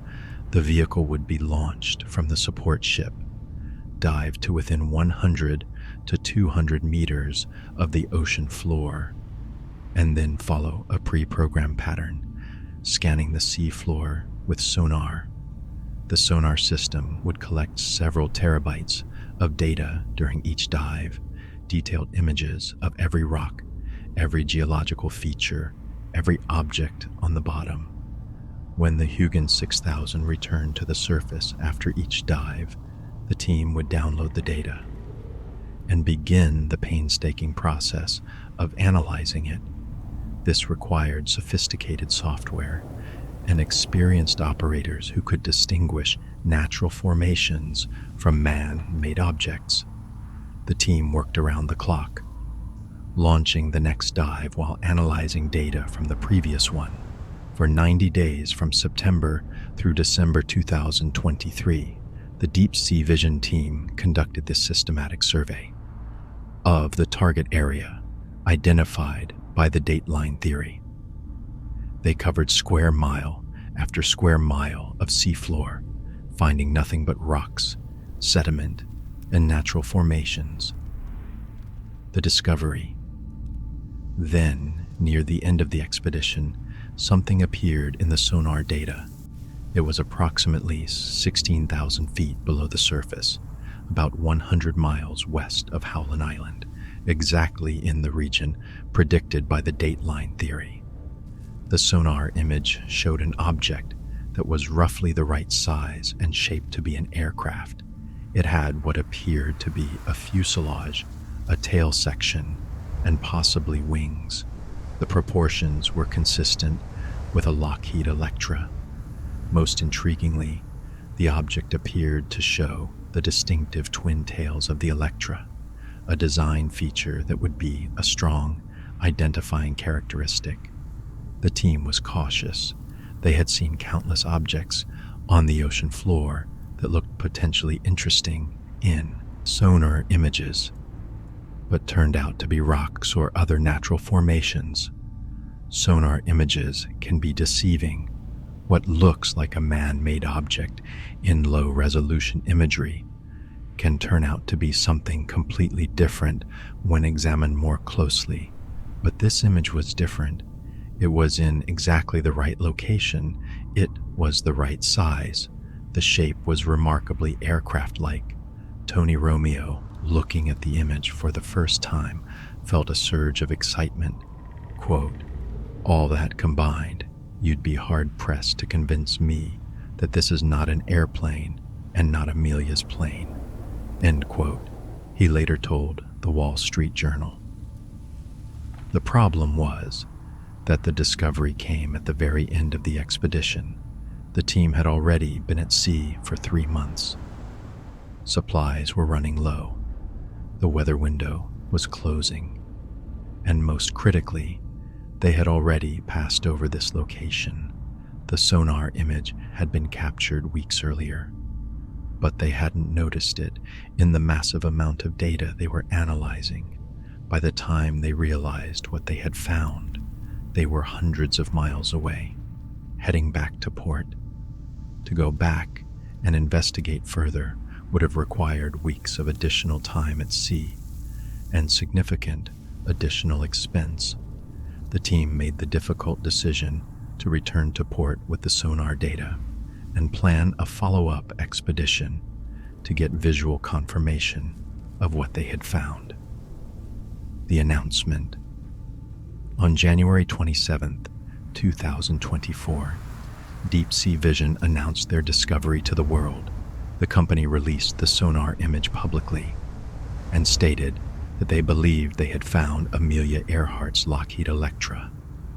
The announcement generated massive international media coverage. News outlets around the world ran stories about the potential discovery. The sonar image was analyzed by experts. The Earhart research community debated whether this could finally be the breakthrough everyone had been waiting for. Tony Romeo was cautiously optimistic. He acknowledged that visual confirmation was needed before they could say definitively that this was the Electra. But he believed the evidence was strong. Quote, "We always felt that Earhart would have made every attempt to land the aircraft gently on the water, and the aircraft signature that we see in the sonar image suggests that may be the case," end quote, Romeo said. The plan was to return to the site with a remotely operated vehicle, or ROV, equipped with high-definition cameras, the ROV would dive down to the object, take detailed photographs and video, and look for identifying features that would confirm whether this was the Electra. If it was the aircraft, they would be able to see registration numbers, structural details, or other features that would provide definitive proof. Romeo and his team began planning the follow-up expedition. They would need funding, equipment, ship time, and months of preparation, but they believed they were on the verge of solving the mystery. There was just one problem. The rock. Over the next several months, Deep Sea Vision continued to analyze the sonar data, refining their understanding of what they had found. They obtained additional satellite imagery of the area. They consulted with sonar experts. They looked at every angle of the data, and gradually, doubts began to emerge. The object's location was on a remarkably flat and smooth section of ocean floor. Romeo had noted this as evidence that any protrusion would likely be man-made rather than natural. But further analysis showed that the area, while flat, did have some natural rock formations. The object's shape, while aircraft-like in low-resolution sonar, became less clear in enhanced images. Details that had seemed like aircraft features became ambiguous. In November 2024, Deep Sea Vision returned to the site with additional survey equipment to obtain higher resolution imagery of the object. This was the moment of truth. After nearly a year of speculation, they would finally know whether they had found Earhart's plane or just another natural formation on the Pacific seafloor. The new images provided the answer. On November 6, 2024, Deep Sea Vision announced on Instagram, quote, "After 11 months, the waiting has finally ended, and unfortunately, our target was not Amelia's Electra, just a natural rock formation." End quote. The object that had generated so much excitement was a rock that had appeared so tantalizingly aircraft-like in the original sonar image. It was a coincidentally plane-shaped natural rock formation sitting on the ocean floor, positioned in exactly the location predicted by the dateline theory, but having nothing whatsoever to do with Amelia Earhart. Tony Romeo's response was philosophical. Quote, "I'm super disappointed out here, but I guess that's life." End quote. The search continues. Despite the disappointment, Deep Sea Vision has continued searching. After discovering that the original target was a rock formation, the expedition crew explored more than 1,000 additional square miles, bringing the search total to more than 7,700 square miles of ocean floor surveyed. The company has stated that they will continue the search in other high-probability areas. Romeo declined to share the higher resolution images that definitively showed the object was a rock, but he and the Deep Sea Vision team have been transparent about the result. The company has even begun selling t-shirts featuring an image of the rock formation, acknowledging the setback with self-deprecating humor. The episode illustrates both the promise and the challenge of deep-sea searches for historic wrecks. Modern sonar technology can scan vast areas of ocean floor relatively quickly and can detect objects that might be aircraft wreckage, but sonar images are inherently ambiguous. Rocks can look like aircraft. Aircraft can look like rocks. Visual confirmation is essential, and obtaining that confirmation requires expensive, time-consuming follow-up expeditions. With remotely operated vehicles or manned submersibles, Dave Jordan of Nauticos, commenting on the Deep Sea Vision result, noted that his company had warned about this exact problem. Quote, On our website, we say, long-range sonar images have historically proven to be deceiving, especially in areas with geological formations. That's a polite way of saying it could be just a pile of rocks, which turns out to be the case, end quote. Jordan's broader observation is sobering. Finding objects on the seafloor is like, quote, searching for a contact lens on a football field in the dark using a pen light for illumination. It can be done, but it takes careful, methodical work, end quote. Why the crash and sinking theory persists. Time, SAS 500 meter. Despite 88 years without finding the wreckage, the crash and sink theory remains the most widely accepted explanation for Earhart's disappearance. This is not because researchers have given up, or because there's some kind of institutional bias. It's because the evidence consistently points to this conclusion, and no alternative theory has produced compelling evidence to contradict it. The radio transmissions clearly indicate the aircraft was near Howland Island. The fuel calculations prove the aircraft couldn't have flown significantly beyond that area. The navigation analysis explains how they could have missed the tiny island. The failure to find wreckage is disappointing, but not surprising, given the depth and vastness of the search area.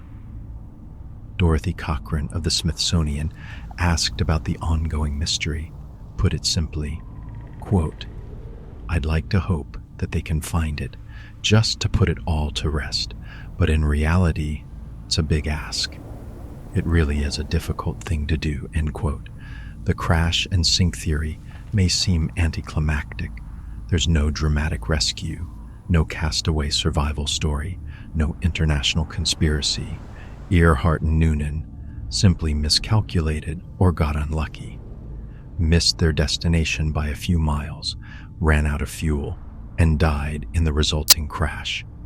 It's tragic, but it's also mundane in the way that most aircraft accidents are mundane when you strip away the mythology and look at the facts.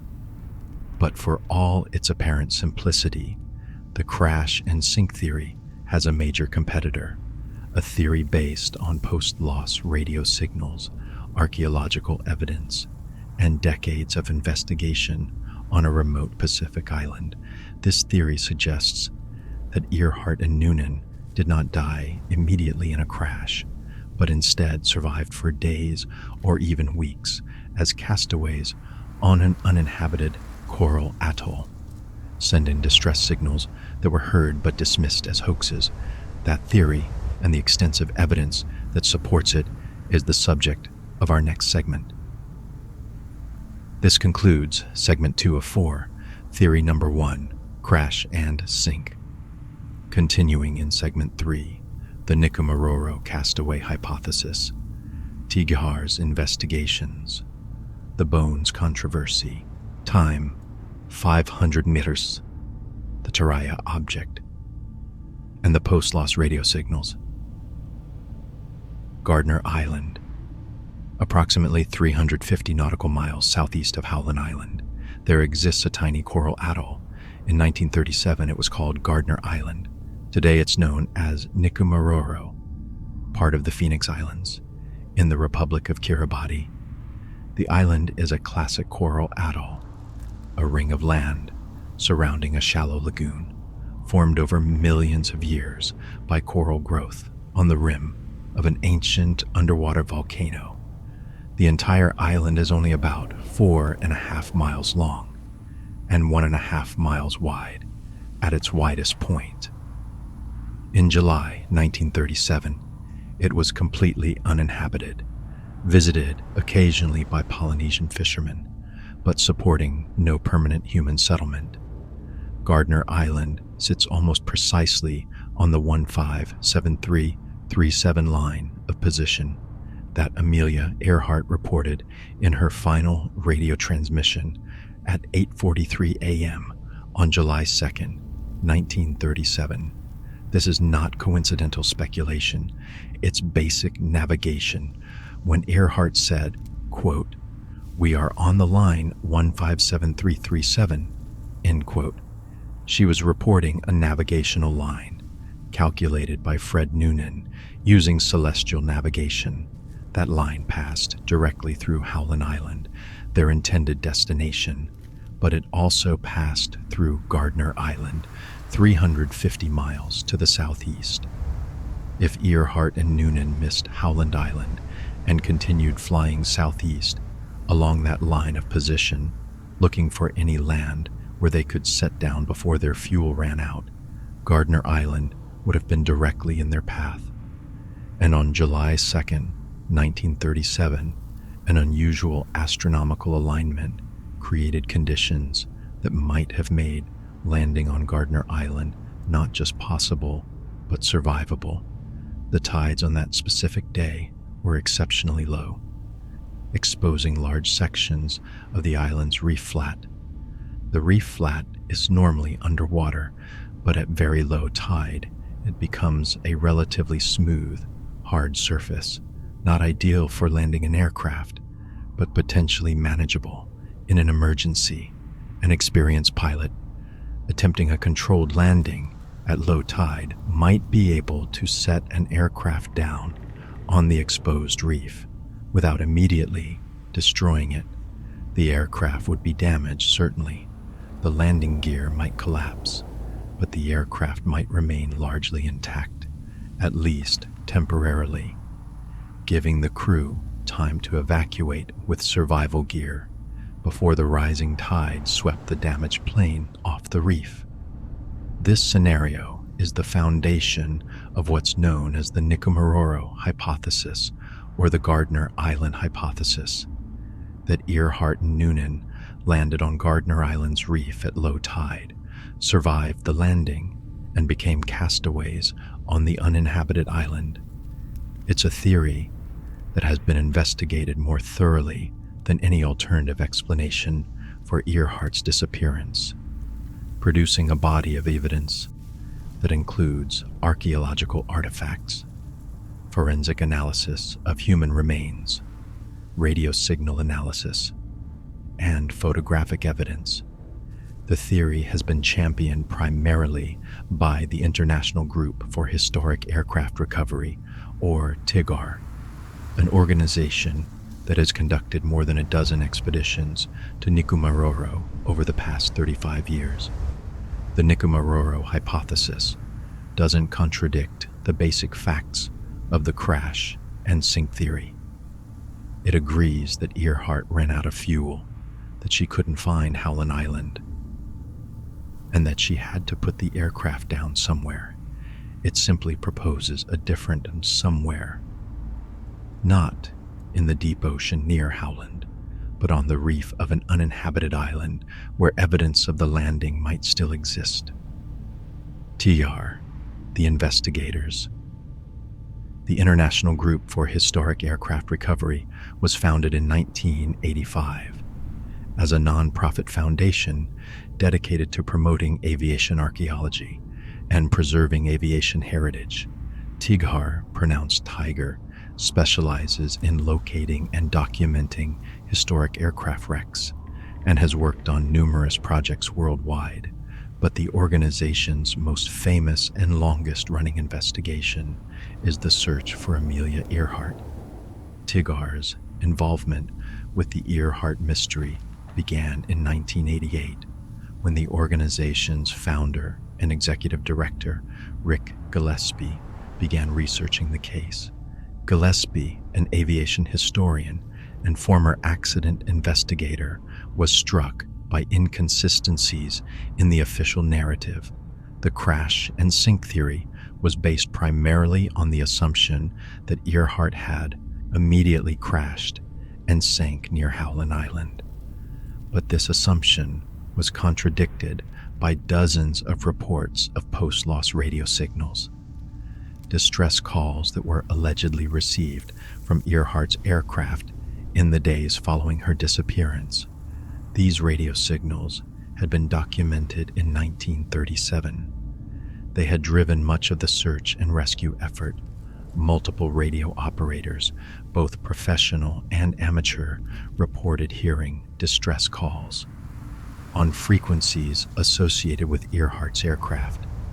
Some of these reports came from U.S. Navy and Coast Guard operators who were experienced and reliable. Yet, when the search failed to find Earhart, all of these radio signals were dismissed as hoaxes, misidentifications, or wishful thinking. Gillespie wondered, what if the radio signals weren't hoaxes? What if at least some of them were genuine? If Earhart and Noonan survived the ditching and were able to transmit radio signals, where would they have to be? The answer was clear: on land. The Lockheed Electra's radio equipment required electrical power from the aircraft's engines or batteries. The engines couldn't run underwater, and the batteries wouldn't last long if submerged. For Earhart to transmit radio signals after ditching, the aircraft would need to be on land, or at least on a reef where the engines could occasionally run. This realization led Tidjar to examine islands near the flight path that might have been reachable with the Electra's remaining fuel. Gardner Island emerged as the most promising candidate. It was on the 157337 line of position. It was within possible range given the fuel calculations. It had been uninhabited in 1937, and intriguingly, when U.S. Navy search planes had flown over Gardner Island on July 9, 1937, 1 week after Earhart's disappearance, they reported seeing, quote, signs of recent habitation, end quote, on the island, despite knowing the island was supposed to be uninhabited. In 1989, Tidjar conducted its first expedition to Nikumaroro. The island had been renamed after independence. The team spent several weeks on the island, conducting archaeological surveys, interviewing people who had lived on the island during the British colonial period from 1938 to 1963, and searching for any evidence of Earhart and Noonan's presence. What they found launched an investigation that has continued for 35 years and has involved more than a dozen major expeditions, hundreds of researchers, and millions of dollars in funding. The evidence Tidjar has assembled doesn't provide definitive proof that Earhart and Noonan died on Nikumaroro, but it does provide a compelling circumstantial case that something unusual happened on that island around the time of Earhart's disappearance. The bones of 1940. On September 23, 1940, more than 3 years after Earhart's disappearance, a British colonial officer named Gerald Gallagher was conducting a survey of Gardner Island. Britain had established a small settlement on the island in late 1938 as part of the Phoenix Islands settlement scheme, an attempt to relocate people from overcrowded Gilbert's Islands. Gallagher was the colonial administrator responsible for the settlement. While exploring the island's windward or southeast shore, Gallagher and his party discovered human remains, partially buried under a wren tree. The remains consisted of a partial skeleton, including a skull. Nearby, they found other objects, parts of both a man's shoe and a woman's shoe, a sextant box, and other items. Gallagher radioed his superiors in Fiji, reporting that he had found, quote, skeleton, possibly that of a woman, end quote, along with other items that might be connected to the Earhart disappearance. The report generated immediate interest. Could these be the remains of Amelia Earhart? The bones were carefully collected and sent to Fiji for analysis. Dr. D.W. Hoodless, the principal of the Central Medical School in Fiji, examined the remains and wrote a report in 1941. Hoodless's conclusion was disappointing to those hoping for a breakthrough In the Earhart case, the bones were from a male, probably of European or Polynesian descent, with an estimated height of about 5 feet, 5.5 inches. The measurements Hoodless provided indicated that the individual was, quote, most likely male, end quote, based on the bone morphology. This conclusion effectively killed any official interest in the Gardner Island findings. If the bones were male, they couldn't be Earhart's. The remains were presumably those of a castaway or shipwreck survivor from some other incident, unfortunate but unrelated to the famous aviatrix. The bones themselves were eventually lost. After Hoodless's examination, they were apparently discarded or misplaced. Only Hoodless's report survived, containing 7 key measurements of various bones, and his conclusions about sex, height, and ancestry. For decades, these bones were a historical footnote, an interesting but ultimately irrelevant discovery that had briefly raised and then dashed the hopes of solving the Earhart mystery. But in the 1990s, TJAR researchers took a fresh look at Hoodless's data and reached a startling conclusion. Hoodless might have been wrong about the sex of the skeleton. The 1998 reanalysis. In 1998, forensic anthropologists Richard Jantz and Karen Burns reanalyzed Hoodless's measurements using modern forensic techniques. Forensic anthropology had advanced considerably since 1941.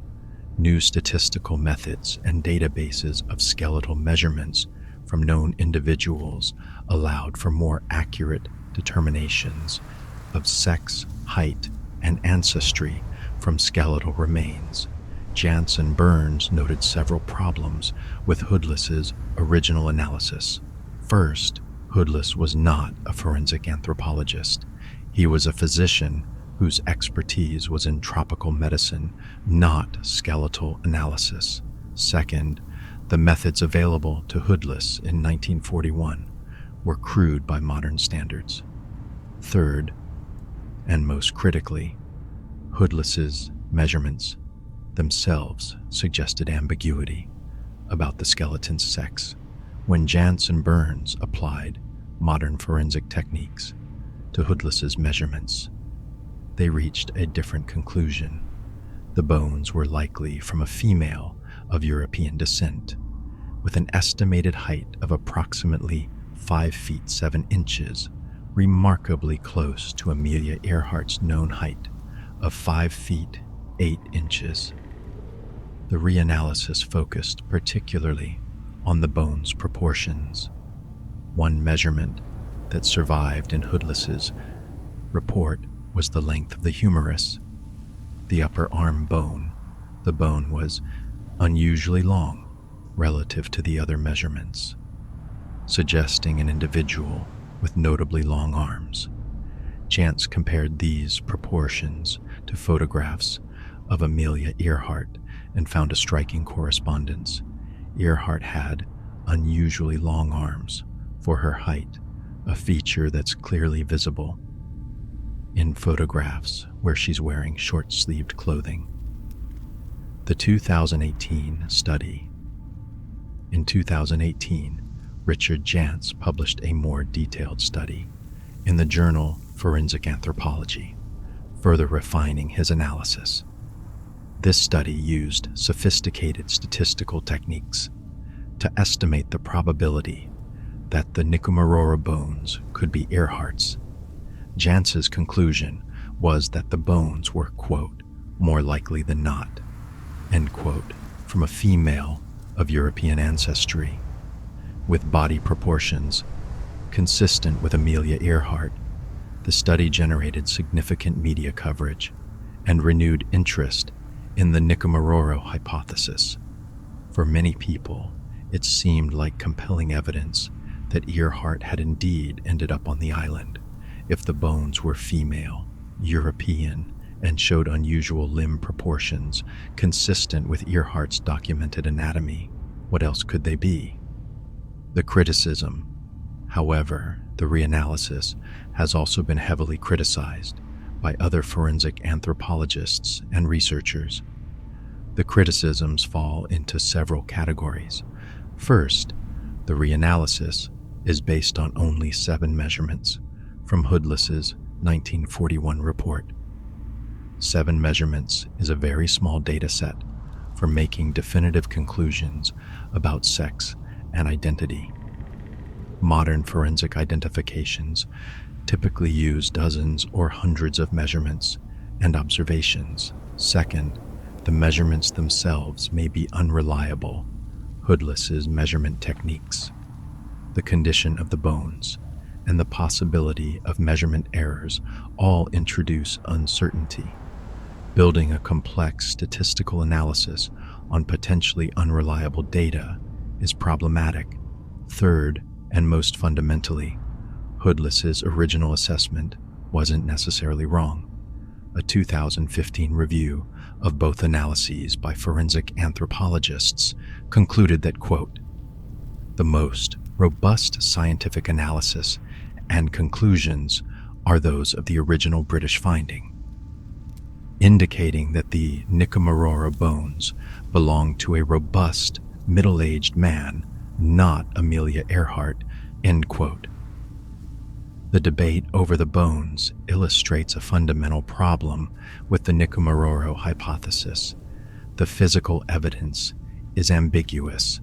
The bones could be Earhart's, or they could be from a male castaway from a different incident, or they could be from a woman who wasn't Earhart. Without the actual bones for DNA testing and modern analysis, we can't know for certain. The most we can say is that the bones measurements are not inconsistent with Earhart, but they're also not definitive proof. What's needed is either the actual bones for DNA comparison with Earhart's living relatives, or additional evidence that can corroborate the identification. This is where Tijar's archaeological work on Nikumaroro becomes relevant. The 7 site artifacts of a castaway. In 2001, Tijar researchers conducting an archaeological survey on Nikumaroro's western shore discovered a site that would become the focus of intensive investigation. The site, located on the island's lagoon side, is about a third of a mile from the location where the 1940 bones were found. It showed clear evidence of human occupation during the early to mid-20th century. The researchers designated it the 7 site based on its geographic coordinates. The 7 site is remarkable for several reasons. First, it's located in an area of the island that was never part of the colonial settlement from 1938 to 1963. The settlement was located on the island's western tip, nearly a mile away. Second, interviews with people who lived on the island during the colonial period indicated that the 7 site area was rarely, if ever, used by the colonists. Third, and most intriguingly, the 7 site contained an unusual assemblage of artifacts that didn't match the typical pattern of colonial Jura occupation. Over multiple expeditions between 2001 and 2010, Tijar archaeologists excavated and documented the 7 site. The artifacts recovered include several intriguing items. The compact mirror. A broken compact mirror of 1930s American or European manufacture was found at the site. The mirror was of a type that was popular among women in the 1930s, a compact powder case with an integrated mirror used for checking makeup. Time, 500 mirrors. The style and manufacturing details suggest it was made between 1933 and 1940. Amelia Earhart was known to carry a compact mirror in an era when air travel was still uncommon and female pilots were rare. Earhart was conscious of her public image. She typically wore makeup for public appearances and photographs. Having a compact mirror would have been a normal item for her to carry. The compact found at the Seven site is consistent with 1930s American products, but it cannot be definitively linked to Earhart. Thousands of similar compacts were manufactured. A colonist could have brought one to the island after 1938. However, the compact's location at a site that was apparently not used by the colonial settlement raises questions about how it got there. The freckle cream jar, perhaps the most intriguing artifact from the Seven site, is a shattered glass jar. When reassembled from fragments, it appears to match the dimensions and style of a product called Dr. C. H. Barry's Freckle Ointment, a cosmetic cream marketed in the 1930s for reducing the appearance of freckles. This is significant because Amelia Earhart was known to have freckles and was documented to be self-conscious about them. Multiple contemporaneous accounts mention Earhart's freckles. Cosmopolitan magazine, for which Earhart served as aviation editor from 1928 to 1930, ran articles about skincare that mentioned concerns about freckles, a topic that would have been personally relevant to Earhart. The jar fragments found at the Seven site are made of clear glass, while known examples of Dr. C. H. Barry's freckle ointment jars are typically made of opaque milk glass. This discrepancy has led to debate about whether the Seven site jar actually contained freckle cream or some other product. Chemical analysis of residue in the jar fragments found compounds consistent with early 20th century cosmetics, but the specific product cannot be determined conclusively. Taikar researchers argue that even if the jar wasn't Dr. C. H. Barry's specific product, the presence of a 1930s cosmetic jar at an uninhabited site is noteworthy, especially combined with the other evidence suggesting a female castaway's presence. The pocket knife. A broken pocket knife was found at the Seven site. The knife, a common type from the 1930s to 1940s era, had been used extensively. The blade was worn and the handle was damaged. Interestingly, the Lockheed Electra's standard equipment inventory included a pocket knife. The knife found at the Seven site is consistent with the type that would have been standard equipment on an aircraft of that era, but again, thousands of similar knives existed, and it cannot be definitively linked to Earhart's plane. The sexton box fragments of a wooden box were found that appear to match the dimensions and construction of a box designed to hold a sextant, a navigational instrument that Fred Noonan would certainly have carried. The box fragments show signs of having been in salt water and then dried, consistent with having been on an aircraft that landed on a reef. However, there's a complication. In October 2018, documents discovered at the National Archives showed something. The USS Bushnell, a U.S. Navy submarine tender, visited Gardner Island in November 1939, 2 years after Earhart's disappearance, to conduct hydrographic surveys. The ship's crew used sextants for their survey work. The box fragments found at the Seven site might be from a sextant box left behind by the Bushnell survey team, not from Noonan's equipment. The shoe parts, multiple pieces of leather that appear to be from shoes, were found at various locations on Nikumaroro. Some fragments are consistent with a woman's shoe from the 1930s. Others appear to be from a man's shoe. If Earhart and Noonan were castaways on the island, they would have been wearing shoes that would eventually have deteriorated in the tropical environment, leaving behind exactly this kind of fragmentary evidence. However, shoes degrade readily in tropical environments, and leather fragments could come from various sources without more diagnostic features, labels, distinctive construction details, or other identifying characteristics. The shoe fragments are suggestive but not conclusive. The aircraft aluminum Tagore expeditions have recovered multiple small pieces of aircraft aluminum from Nikumaroro, found at various locations around the island. Some of these pieces show rivet holes and construction details, consistent with 1930s aircraft manufacturing. Chemical analysis of the aluminum alloy is consistent with the type used in Lockheed aircraft of the era. The problem is that aircraft aluminum is not unique to one specific aircraft. Multiple aircraft visited Nikumaroro during and after World War II. The island was briefly used as a refueling stop for aircraft flying between Australia and Hawaii.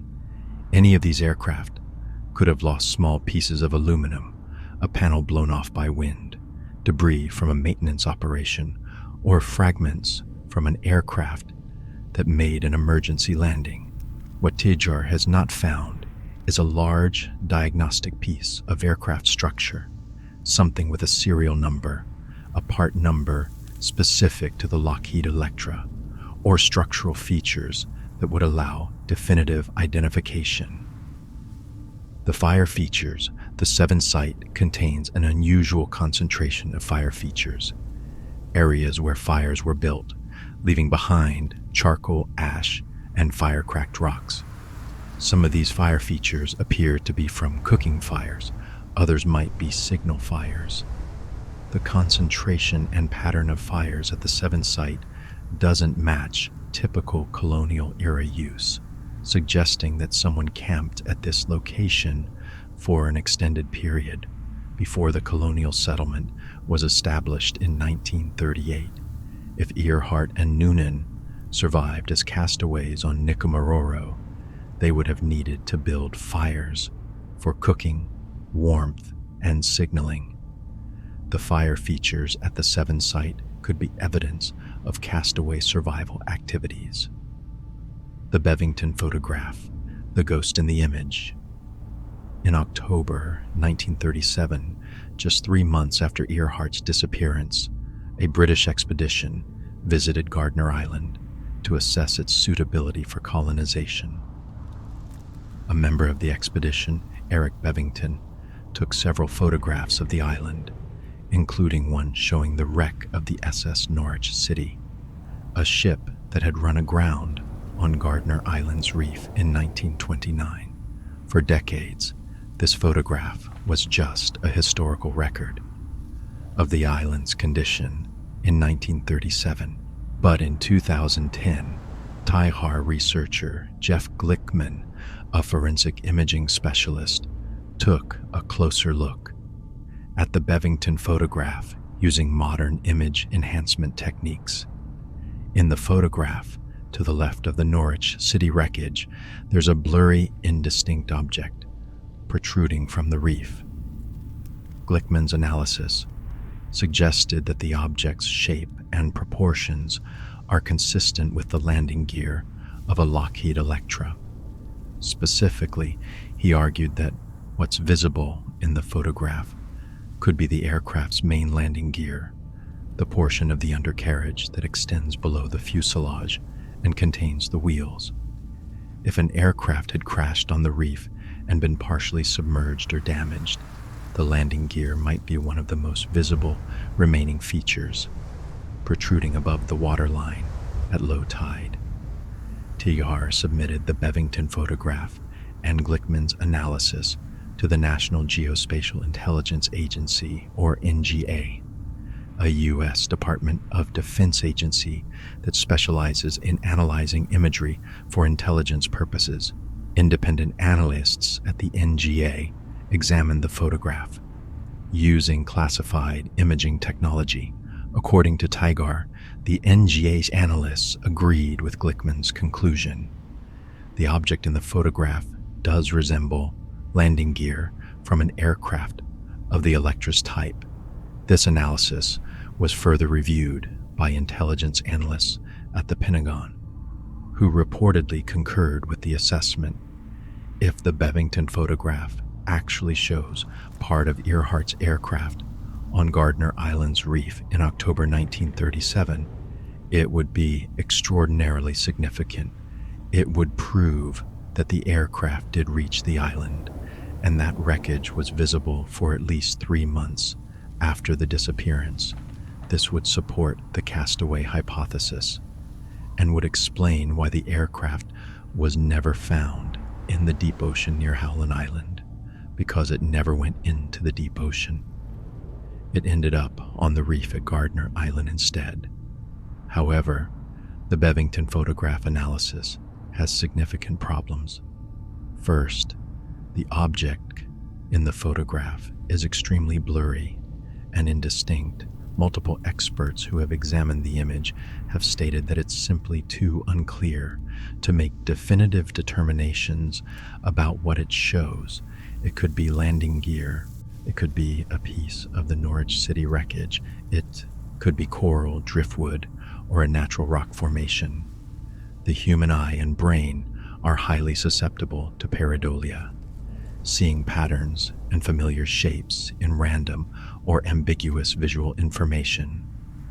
Second, if Earhart's aircraft was visible on the reef in October 1937, why didn't the British expedition notice it? Bevington and his colleagues were on the island for several days. They were taking photographs and surveying the island. An aircraft wreck on the reef would have been immediately obvious and would certainly have been investigated and documented. The fact that the British expedition made no mention of seeing any aircraft wreckage suggests something. Either there was no aircraft, or it was invisible in October 1937. Third, even the NGA analysts reportedly noted that their conclusion was tentative. And based on extremely limited data, image analysis can suggest possibilities, but it cannot provide definitive proof when the source imagery is of poor quality. The Bevington photograph remains one of the most debated pieces of evidence in the Nikumaroro hypothesis. It's tantalizing, but it's not conclusive.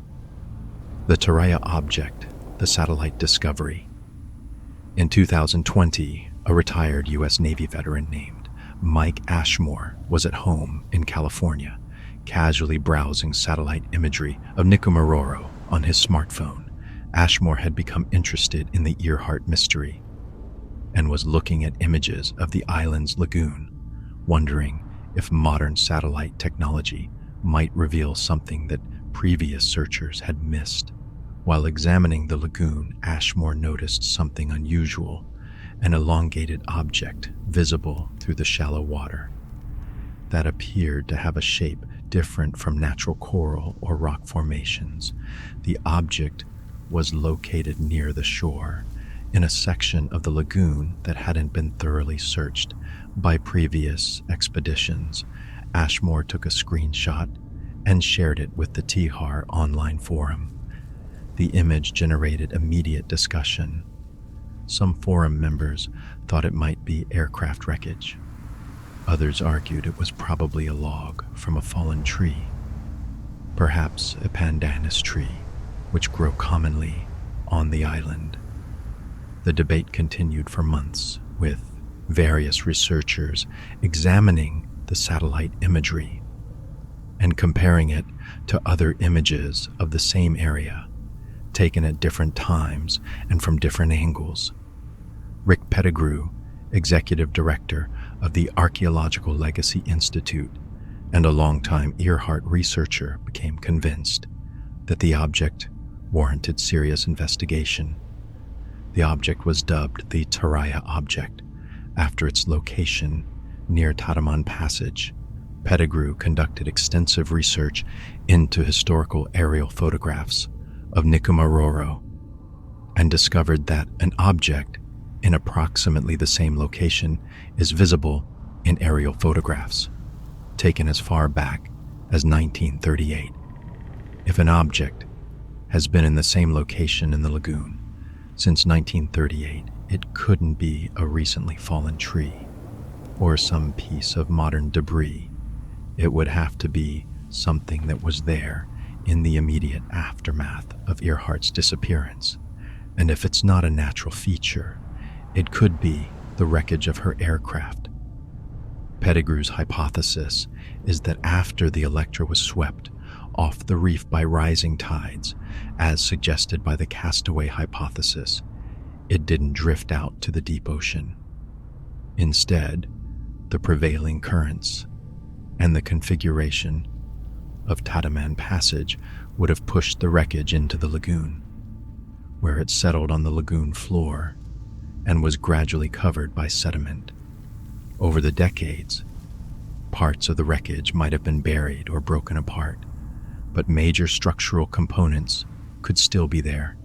The engines, the fuselage frame, the wings, visible in satellite imagery as an anomalous shape. In October 2025, the Archaeological Legacy Institute and Purdue University announced plans. Purdue University was Earhart's former employer, which originally purchased the Electra for her, for an expedition to Nikumaroro to investigate the Taraya object. The expedition would use divers and underwater survey equipment to examine the object directly, determine what it is, and, if it proves to be aircraft wreckage, attempt to identify it definitively. However, the expedition has been delayed. As of late 2024, the team is still awaiting permits from the government of Kiribati, which controls access to Nikumaroro. The island is now part of the Phoenix Islands protected area. Time 500 min-prus, one of the largest marine protected areas in the world, and any research activities require careful permitting to ensure environmental protection. The expedition has been postponed until 2026 at the earliest. The skepticism. Not everyone in the Earhart research community is convinced that the Taraya object is aircraft wreckage. Notably, Rick Gillespie of TIGAR, who has spent 35 years investigating the Nikumaroro hypothesis, has expressed skepticism. Gillespie told NBC News in July 2023, quote, "We've looked there in that spot, and there's nothing there," end quote.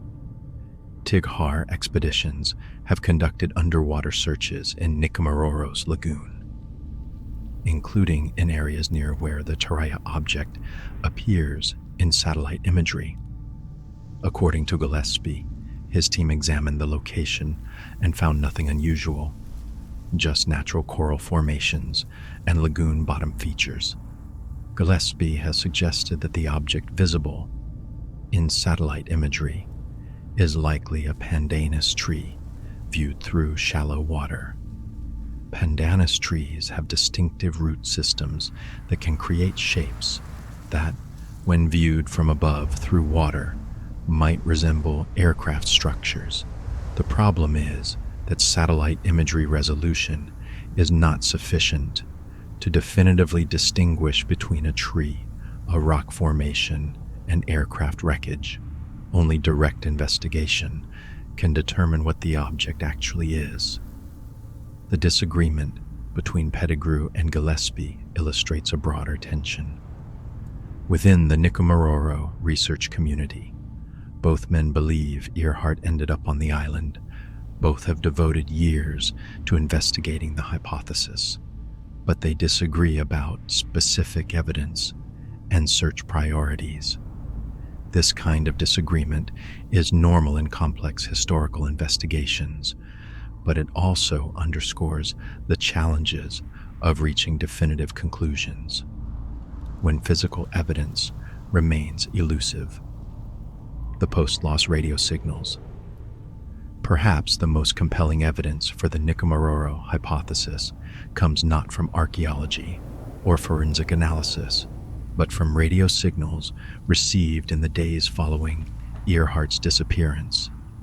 In the immediate aftermath of Earhart's final transmission on July 2, 1937, radio operators around the Pacific began reporting something, and even as far away as North America, that they were receiving distress signals on frequencies associated with Earhart's aircraft.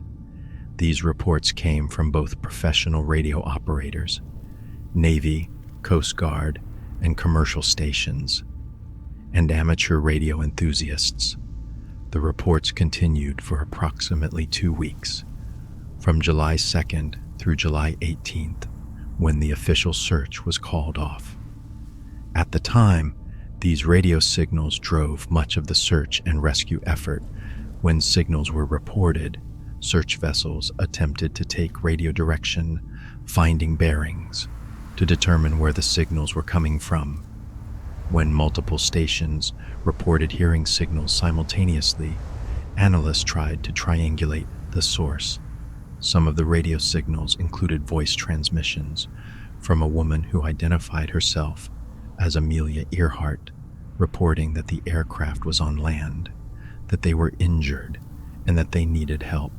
However, when the search failed to find Earhart and Noonan, all of these radio signals were officially dismissed as hoaxes or misidentifications.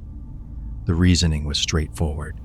If Earhart had crashed into the ocean and sank, as the official conclusion stated, then the radio signals couldn't be genuine, because the aircraft's radio equipment wouldn't work underwater. Therefore, despite the multiple reports from reliable operators, the signals must have been false.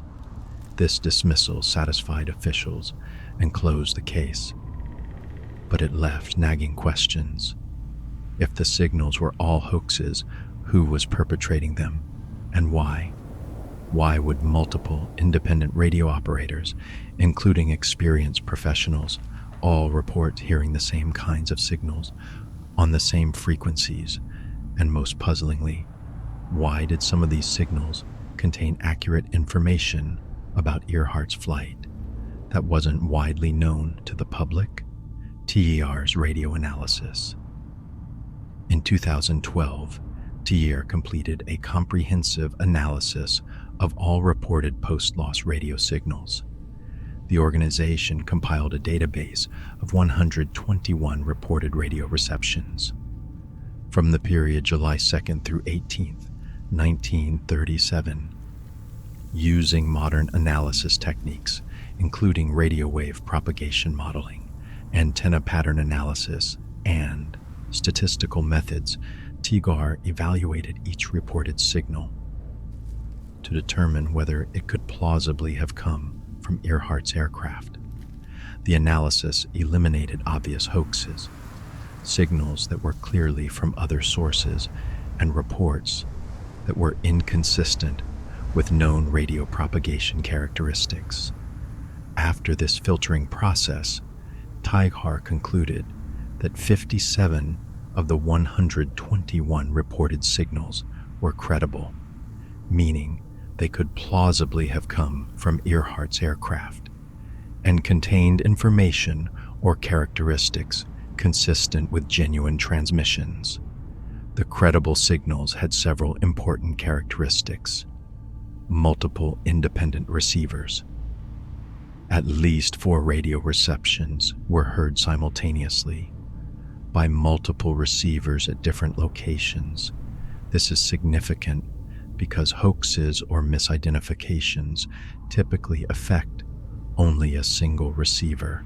When multiple receivers at different locations hear the same signal at the same time, it strongly suggests that the signal is real and is being transmitted from a specific location. The most significant simultaneous receptions occurred on July 2nd, just hours after Earhart's final confirmed transmission. At approximately 1:30 p.m. Howland time, 3 stations reported hearing weak signals.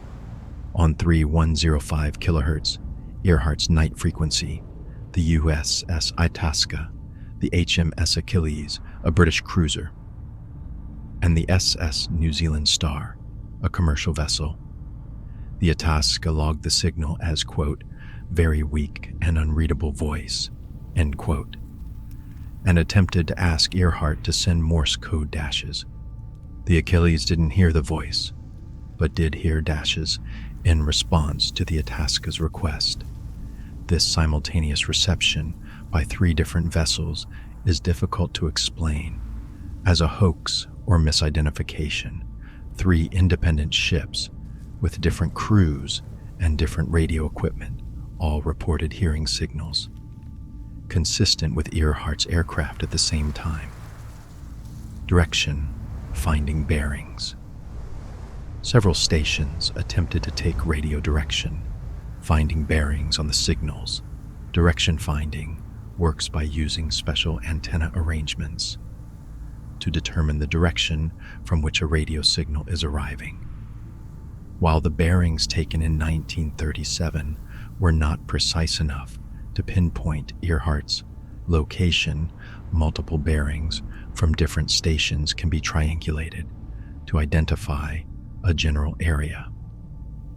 Tihar's analysis of the direction-finding bearings showed that they consistently pointed to an area southeast of Howland Island, consistent with the Phoenix Islands. Including Gardner Island, the bearings did not point to the Marshall Islands, northwest of Howland, or to other areas where alternative theories have suggested Earhart might have crashed. Tidal correlation. One of Tichar's most intriguing findings was a correlation between the timing of credible radio signals and the tidal conditions at Gardner Island. Earhart's aircraft radio equipment required power to operate. If the aircraft had ditched in the ocean and sank, the radio would not work. However, if the aircraft had landed on a reef at low tide and remained partially above water, the engines might be able to run when the tide was low, providing electrical power for the radio. As the tide rose, the engines would be submerged and couldn't run, silencing the radio. When the tide receded again, the engines might briefly run again before fuel was exhausted or seawater damage prevented operation. Tigar researchers calculated the tidal conditions at Gardner Island from July 2nd through 9th, 1937, and compared them to the times when credible radio signals were reported. The correlation was striking. Credible radio signals were reported during periods when the tide at Gardner Island would have been low enough for an aircraft on the reef to have its engines above water. During periods when the tide would have been high, covering an aircraft on the reef, no credible signals were reported. This correlation doesn't prove the signals came from Gardner Island, but it's consistent with an aircraft on the reef, transmitting when conditions allowed, and falling silent when the rising tide made transmission impossible. The content of the signals. Several of the reported radio receptions included voice transmissions that provided specific information. A 15-year-old girl in Florida named Betty Klink reported hearing a woman's voice saying, quote, "This is Amelia Earhart," end quote, followed by statements about being on land, having water problems, and calling for help. Klink made notes in a notebook during the reception, documenting what she heard over a period of nearly 2 hours.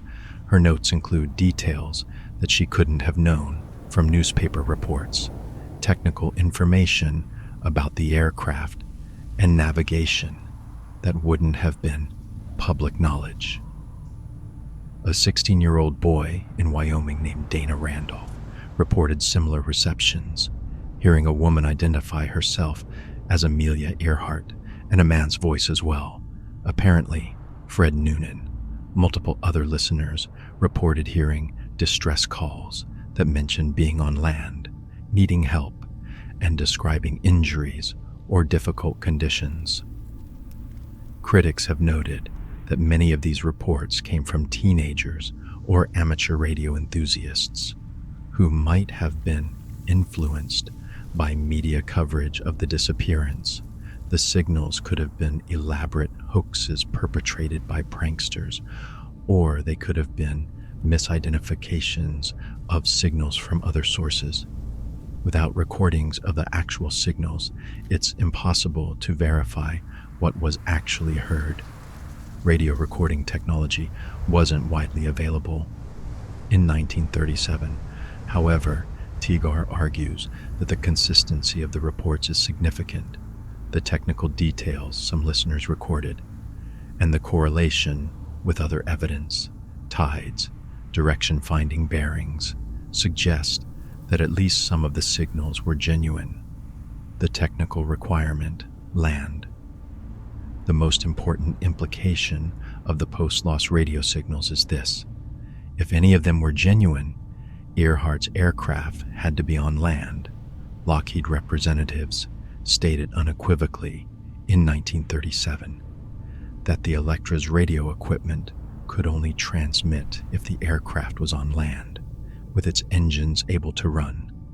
The aircraft could not transmit from the water. The radio required electrical power from the engines, and the engines couldn't run while submerged. This technical requirement is the foundation of the castaway hypothesis. If Earhart transmitted radio signals after her final confirmed transmission at 8:43 a.m.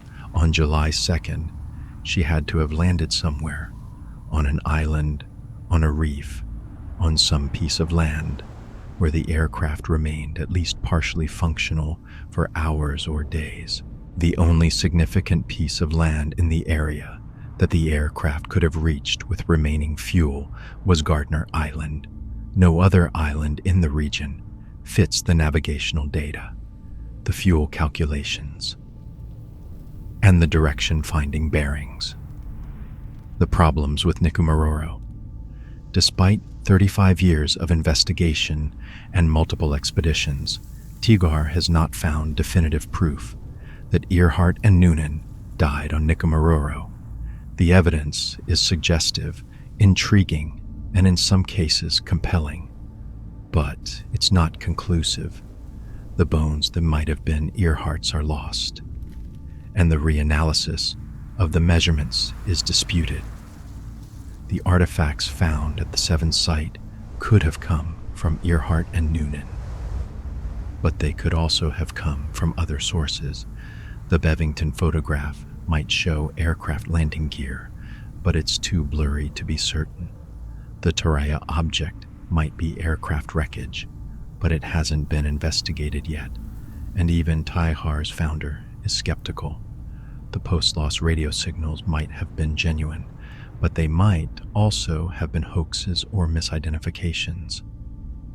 Robert Ballard's 2019 expedition. In 2019, the legendary ocean explorer Robert Ballard led an expedition. Ballard located the wreck of the Titanic in 1985. He led a National Geographic expedition to Nikumaroro to search for evidence of Earhart's aircraft. Ballard brought state-of-the-art technology. The research vessel, EV Nautilus, equipped with remotely operated vehicles, or ROVs, that could dive nearly 20,000 feet, high-definition cameras, and sophisticated sonar systems. Ballard's team focused on the deep waters around Nikumaroro. The hypothesis was that if Earhart's aircraft had initially landed on the reef, it would have been swept off by the tide and would have tumbled down the steep underwater slope into deep water, where it would now rest on the deep ocean floor. For several weeks, Ballard's team systematically surveyed the underwater cliffs and slopes around Nikumaroro. The ROVs dove repeatedly, scanning the bottom, examining promising features, collecting samples, The expedition was documented in a National Geographic television special. The result, nothing. Ballard's team found no evidence of aircraft wreckage in the deep waters around Nikumaroro. Alison Fundis, Ballard's chief operating officer, stated, quote, "We felt like if her plane was there, we would have found it pretty early in the expedition," end quote. Ballard's expedition doesn't definitively disprove the Nikumaroro hypothesis. The aircraft might be in the lagoon rather than in deep water, or it might have broken apart and scattered, or it might be in an area that wasn't searched, but the negative result was certainly disappointing for advocates of the theory. The fundamental problem: no smoking gun. The challenge with the Nikumaroro hypothesis is that after 35 years of investigation, there's no smoking gun, no piece of evidence that definitively proves Earhart and Noonan were on the island. There are intriguing artifacts, suggestive data, and compelling circumstantial evidence, but nothing that would satisfy a court of law or meet the standard of scientific proof. Dorothy Cochran of the Smithsonian, asked about the Nikumaroro theory, has stated, quote, "It's a nice story, but like all the other evidence obtained here over the decades, there is no provable link to Amelia or her plane," end quote. This lack of definitive proof has led some researchers to continue investigating alternative theories that propose radically different fates for Earhart and Noonan, involving not castaway survival, but capture, imprisonment, and death at the hands of Japanese forces in the Marshall Islands and Saipan. Those theories and the evidence, both for and against them, are the subject of our final segment. This concludes segment 3 of 4. Theory number 2, the Nikumaroro castaway hypothesis. Continuing in segment 4, the final segment, the Japanese capture theory, the Marshall Islands hypothesis, the debunked photograph, eyewitness testimony, and the enduring mystery of what really happened to Amelia Earhart. The Marshall Islands theory. In the decades following Amelia Earhart's disappearance, stories began to emerge from the Pacific Islands. Time, 500 years. Stories that told a very different narrative than either the crash and sink theory or the castaway hypothesis. These stories, passed down by Pacific Islanders who lived under Japanese rule in 1937, suggested something far more dramatic: that Earhart and Noonan had crash-landed in the Marshall Islands, had been captured by Japanese military forces, and had died as prisoners on Saipan in the Mariana Islands. The Marshall Islands theory proposes that Earhart, unable to find Howland Island and running critically low on fuel, flew northwest rather than southeast. According to this theory, she crash-landed on or near Mille Atoll in the Marshall Islands, approximately 800 miles northwest of Howland Island. Japanese forces, who controlled the Marshall Islands under a League of Nations mandate, discovered the downed aviators and their aircraft.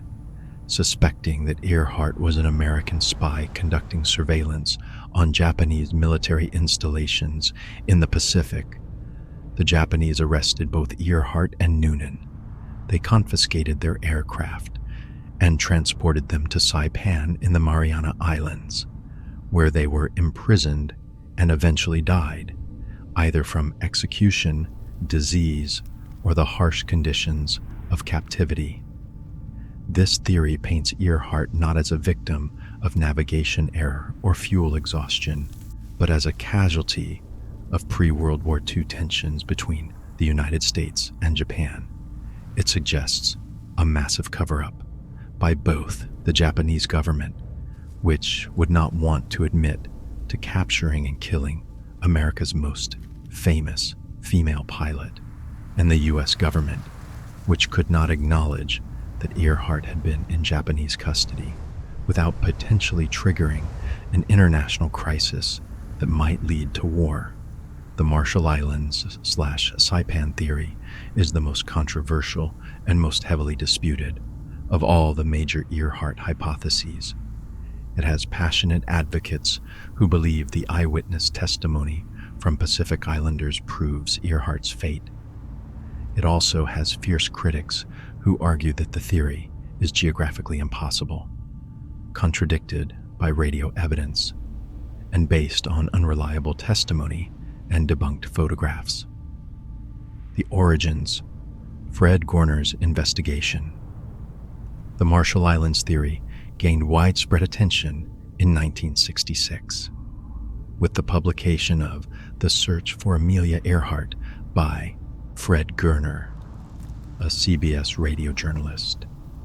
Gardner spent 6 years investigating the Earhart disappearance, traveling to Saipan and the Marshall Islands, interviewing dozens of witnesses and examining military records.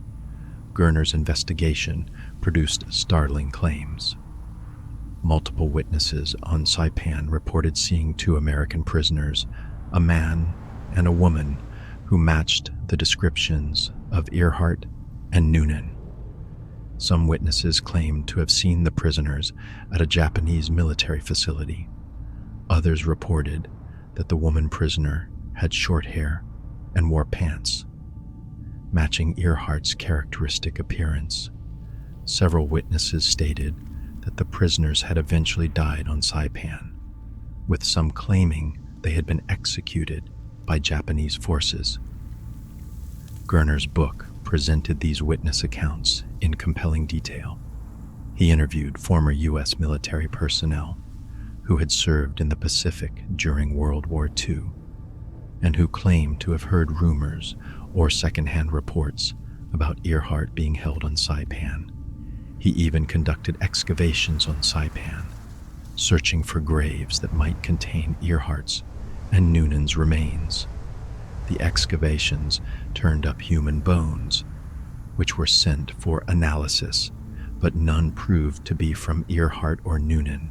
Gardner also claimed to have received subtle confirmations from high-ranking U.S. Navy officials, including Admiral Chester Nimitz, that the official crash and sink explanation was not the whole story. According to Gardner, these officials couldn't speak openly about what really happened due to classified information and government secrecy, but they hinted that Earhart had indeed been captured by the Japanese. The book became a bestseller and generated enormous public interest.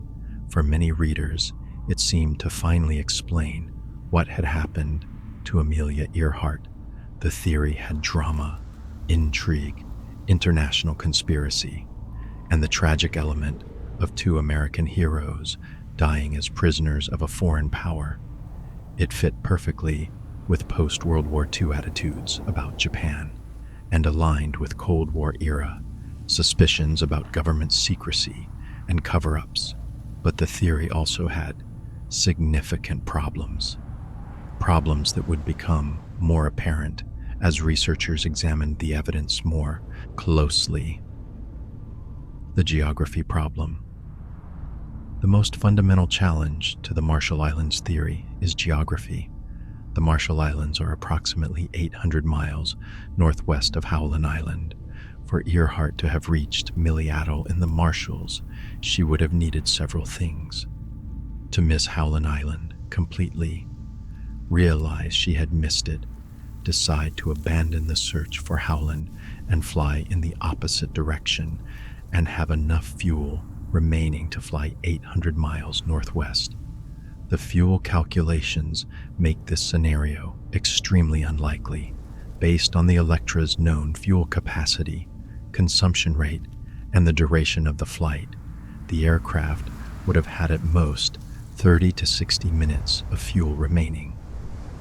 At the time of Earhart's final transmission at 8:43 a.m., with fuel for perhaps 50 to 100 additional miles of flight, the aircraft could not have reached the Marshall Islands, which were 800 miles away in the wrong direction. Moreover, the radio evidence contradicts a flight to the Marshall Islands. Earhart's final transmissions indicated that her radio signal strength was increasing. As she approached Howland Island from the west or southwest, if she had then reversed course and flown northwest toward the Marshall Islands, the signal strength would have decreased as she flew away from the Itasca. But there's no evidence of this in the radio logs. The signal simply stopped after 8:43 a.m. The navigation data also contradicts the Marshall Islands theory. Earhart's final transmission stated, quote, "We are on the line 157337, end quote. This navigational line of position runs southeast, northwest through Howland Island. The line also passes through the Phoenix Islands, including Nikumaroro to the southeast of Howland, but it does not pass through the Marshall Islands, which lie in a completely different direction from Howland."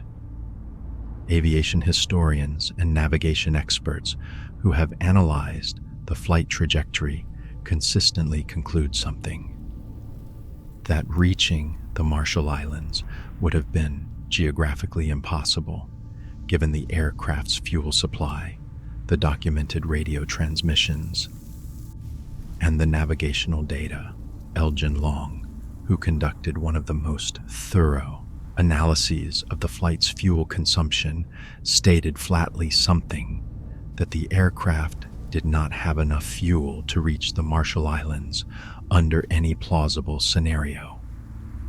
The 2017 photograph, The Lost Evidence. Despite the geographical problems, the Marshall Islands theory experienced a resurgence in 2017 when the History Channel aired a documentary titled Amelia Earhart, The Lost Evidence. The documentary's centerpiece was a photograph discovered by retired federal agent Liz Kinney in the U.S. National Archives. The photograph, which had been sitting in the archives for decades, shows a dock at Jalowit Atoll in the Marshall Islands. Several people are visible in the photograph, including what appear to be two Caucasians. The documentary presented forensic analysis by facial recognition expert Kent Gibson, who stated that it was, quote, "very likely," end quote, that the two Caucasians were Amelia Earhart and Fred Noonan. According to the documentary's interpretation, the photograph shows several things: a woman sitting on the dock with her back to the camera, with short hair and a body type consistent with Earhart; a man standing on the dock, whose hairline and facial features allegedly match Fred Noonan; a barge in the background, carrying what appears to be a large object, approximately 38 feet long, the same length as Earhart's Lockheed Electra; and a Japanese ship in the harbor, identified by the documentary as the Koshu Maru, a Japanese military vessel. The documentary proposed that this photograph was taken shortly after Earhart and Noonan crash landed near Amelia Atoll. They were taken to Jalowit, where they were photographed on the dock, before being transported by the Koshu Maru to Saipan. The barge allegedly contained the wreckage of their aircraft, which the Japanese had recovered. The History Channel documentary featured interviews with former FBI Assistant Director Sean Henry and executive producer Gary Tarpinian, who laid out the theory. Earhart and Noonan were captured by the Japanese, who suspected them of espionage. They were taken to Saipan and imprisoned. Eventually, they died in captivity, either executed or succumbing to disease or harsh conditions. The documentary aired on July 9th, 2017, and was watched by 4.3 million viewers, a huge audience for a History Channel program. Major news outlets picked up the story. For a brief moment, it seemed like the Earhart mystery might finally be solved. The debunking, the excitement lasted less than 48 hours. On July 11th, 2017, a Japanese military history blogger named Kore Yamano published a blog post that demolished the documentary's central claim. Yamano had recognized the photograph from his research into Japanese history and had tracked down its original source. The photograph wasn't a lost piece of evidence, mysteriously hidden in the National Archives. It had been published in a Japanese travel guide in October 1935, 2 years before Earhart's disappearance. The photograph was publicly available, properly dated, and had nothing whatsoever to do with Amelia Earhart. Yamano's discovery was quickly verified by other researchers who located the original Japanese publication. The evidence was incontrovertible. The photograph predated Earhart's world flight attempt by 2 years. The two Caucasians in the photograph, whoever they were, could not possibly be Earhart and Noonan. Moreover, Yamano identified the ship in the photograph. It wasn't the Koshu Maru, the Japanese military vessel the documentary had claimed. It was a different ship, also named Koshu, a former German vessel seized by Japan during World War I and used as a commercial transport. This ship had no connection to Japanese military operations in 1937. The History Channel's response was swift and unprecedented. On July 12, 2017, just 3 days after the documentary aired, the network issued a statement, quote, "History has a team of investigators exploring the latest developments about Amelia Earhart, and we will be transparent in our findings. Ultimately, historical accuracy is most important to us and our viewers," end quote.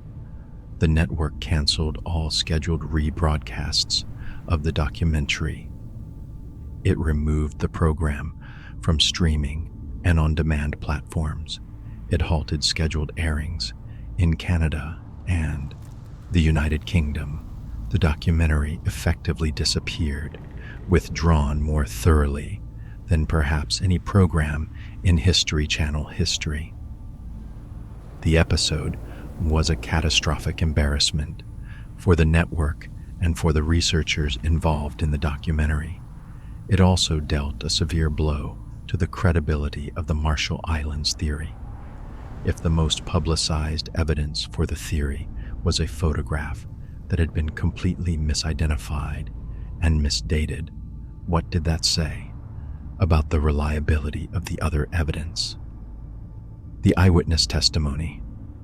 Despite the photograph debacle, advocates of the Marshall Islands theory point to a substantial body of eyewitness testimony from Pacific Islanders who claim to have seen Earhart and Noonan in the Marshall Islands or on Saipan in 1937 to 1938.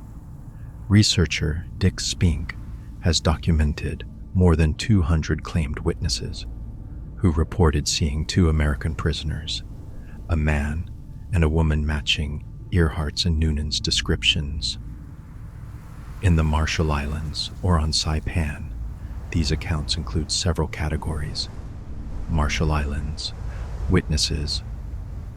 Multiple Marshallese natives have stated that in July 1937, they saw a silver airplane crash or make an emergency landing near Mili Atoll. 2 people were reportedly seen near the aircraft, a woman with short hair wearing pants, and a man. Some witnesses claim to have seen Japanese personnel arriving and taking the 2 Americans into custody. Bilamon Amram, a Marshallese man who worked as a medic for the Japanese, reportedly told relatives something, that he had treated an injured American man on a Japanese ship in the Marshall Islands in 1937. He described the man as a navigator who had been injured. He also claimed to have seen an American woman on the same ship. Amram's story was corroborated by Jerry Kramer, an American businessman who lived in the Marshall Islands for decades and was friends with Amram. Kramer stated, quote, "I absolutely confirm the story that he told about helping to treat the navigator and seeing Amelia Earhart," end quote.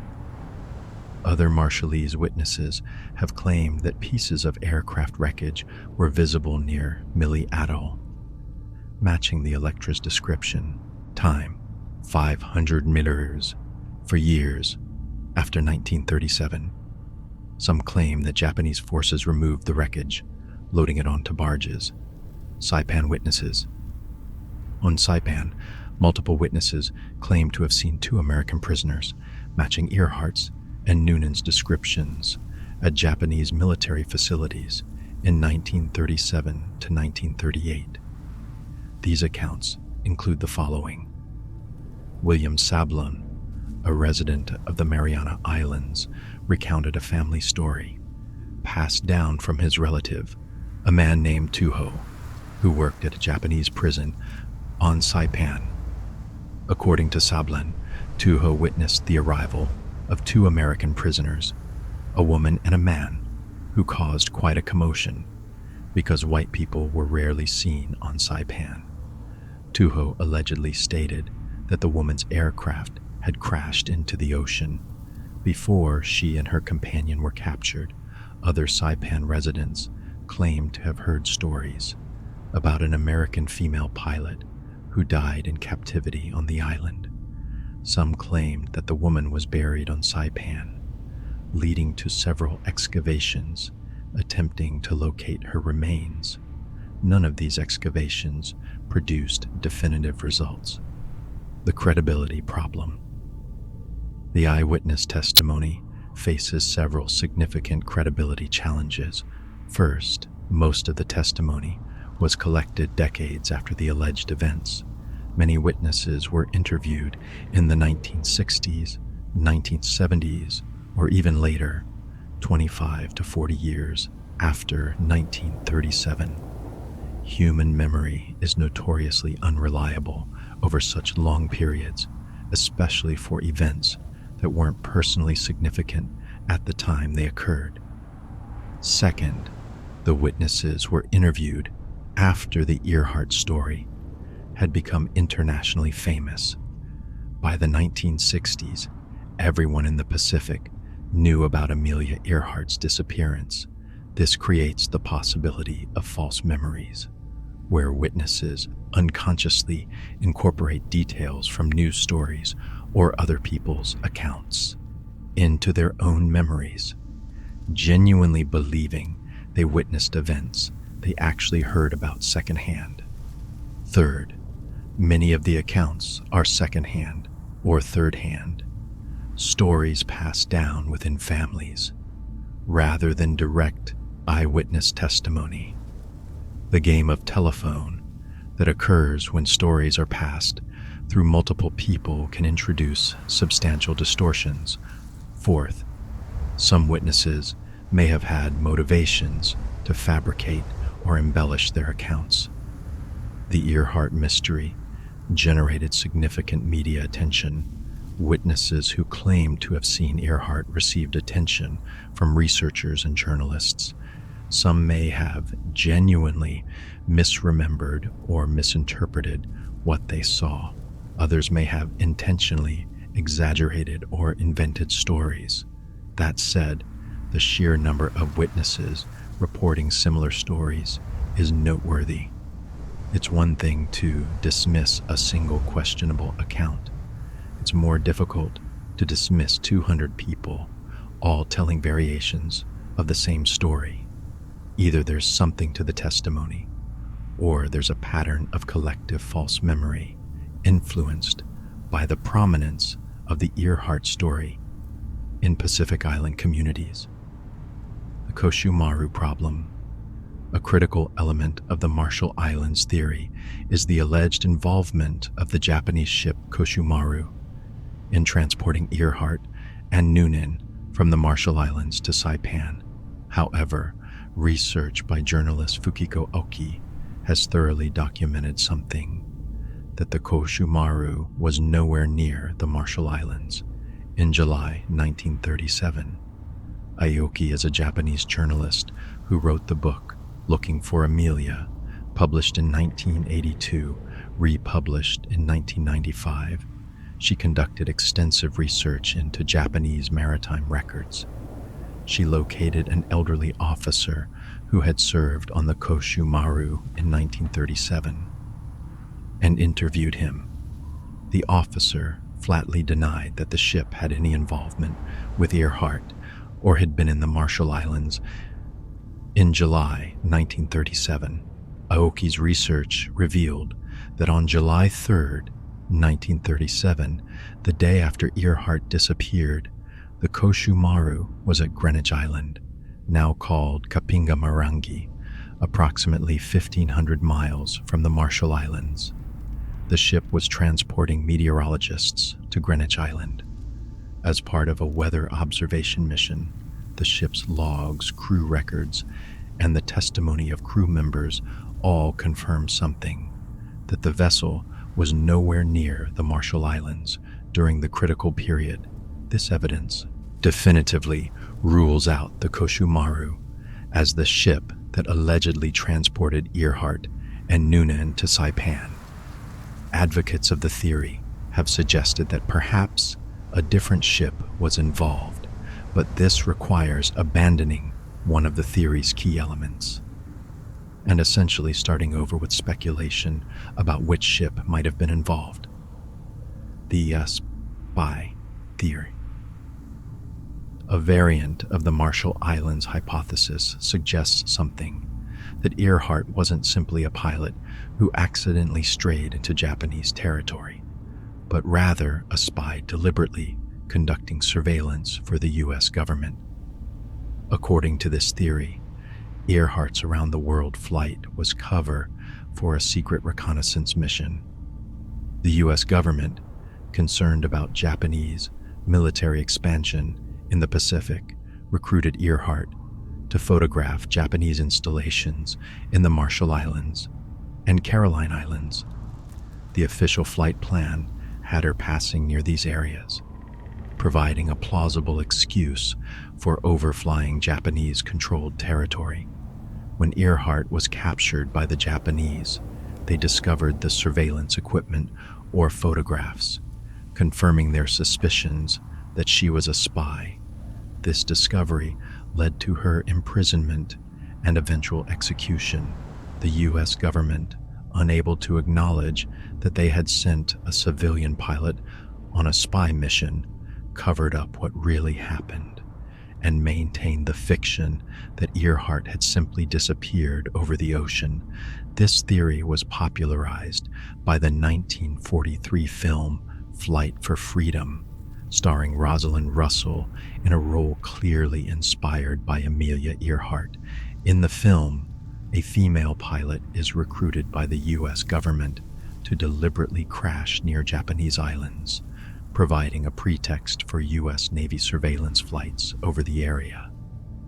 The film presented this scenario as fiction, but some researchers have suggested it was based on classified information about what really happened to Earhart. The spy theory faces enormous evidentiary problems. There is no documentation in U.S. government archives suggesting that Earhart was recruited for any intelligence mission.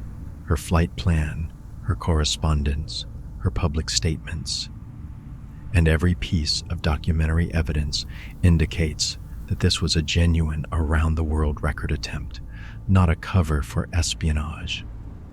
Moreover, the theory doesn't make operational sense. If the U.S. government wanted to conduct aerial reconnaissance of Japanese installations in 1937, they had multiple options that didn't involve risking the life of America's most famous female pilot in a civilian aircraft. The U.S. Navy had aircraft and trained reconnaissance pilots.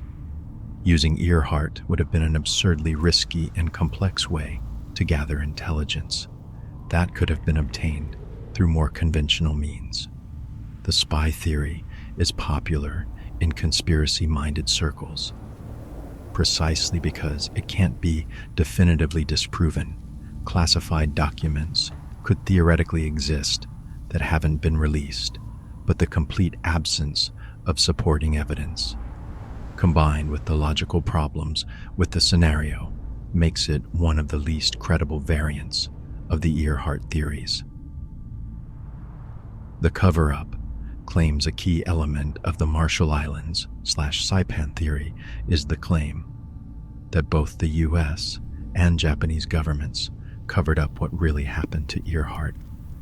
The alleged Japanese cover-up would have been motivated by the desire to avoid international condemnation for capturing and killing a famous American civilian. Japan in 1937 was already facing criticism for its military expansion in China and its withdrawal from the League of Nations. Acknowledging that Japanese forces had captured and killed Amelia Earhart would have caused enormous diplomatic damage and might have accelerated the deterioration of US-Japan relations that eventually led to Pearl Harbor and World War II. The alleged US cover-up would have been motivated by the need to avoid war with Japan before the country was prepared. According to proponents of this theory, if the American public learned that Japan had captured and killed Earhart, the public outcry would have forced the US government into a military confrontation with Japan, years before the US was militarily or politically ready for such a conflict. Dick Spink, a researcher who supports the Marshall Islands theory, argues, quote, "If the general public found out Japan had Amelia Earhart, think of the political ramifications. That would have put us in World War II, years before Pearl Harbor," end quote. There are several problems with the cover-up claims. First, there's no documentary evidence of a cover-up. Researchers have examined thousands of pages of US government documents related to the Earhart search and disappearance. Documents have been declassified. Freedom of Information Act requests have been filed. In 2025, President Trump even ordered the declassification of additional Earhart-related records. Despite all this, no evidence of a cover-up has emerged.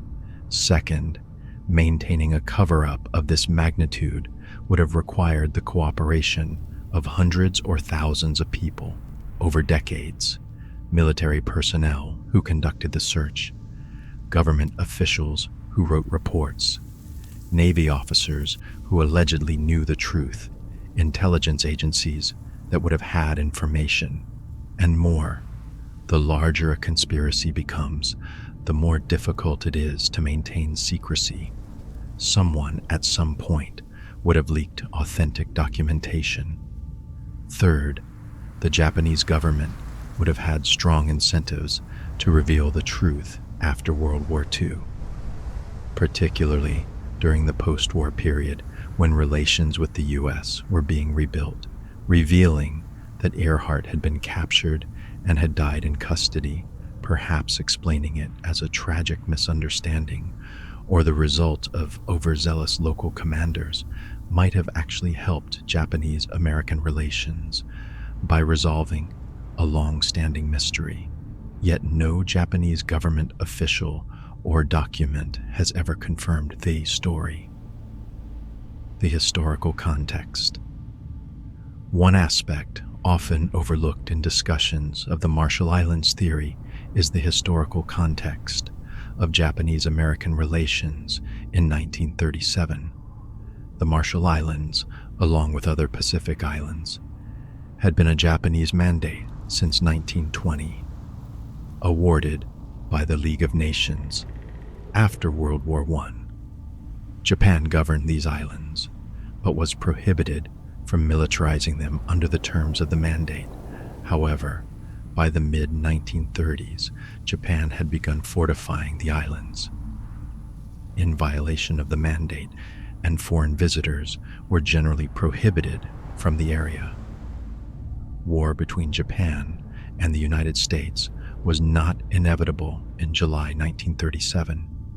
While relations were tense and Japan's invasion of China was causing international concern, the two countries were not on the immediate brink of conflict. War wouldn't actually begin until Japan attacked Pearl Harbor in December 1941, more than 4 years after Earhart's disappearance.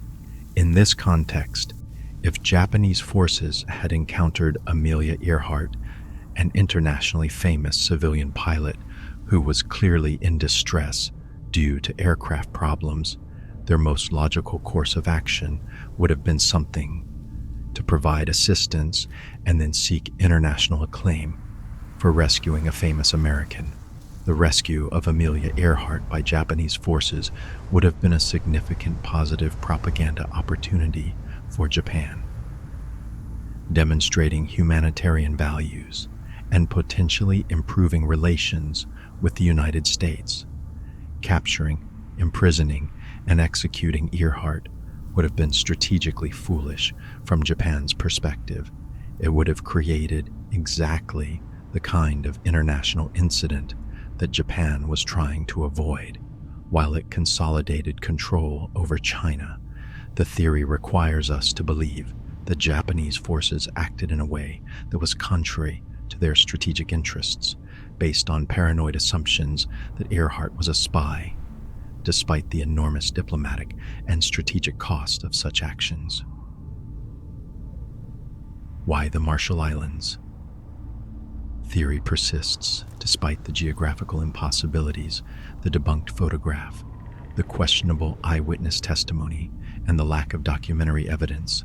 The Marshall Islands/Saipan theory continues to have passionate advocates. Why? Part of the answer is that the theory is dramatic and emotionally satisfying in ways that the crash and sink theory is not. The idea that Earhart died as a prisoner, possibly executed by enemy forces, makes her a martyr and adds a layer of international intrigue to her story. It transforms her from a victim of aviation misfortune into a casualty of international conflict, a more meaningful death in some sense. The theory also taps into broader cultural narratives about government secrecy and cover-ups. In an era where government deception has been documented in numerous cases, from the Tuskegee syphilis experiment to the Pentagon Papers to Iran-Contra, it's not unreasonable for people to believe something, that the government might have covered up what happened to Earhart.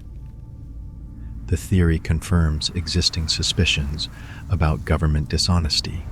Additionally, the eyewitness testimony, while problematic, is compelling on an emotional level.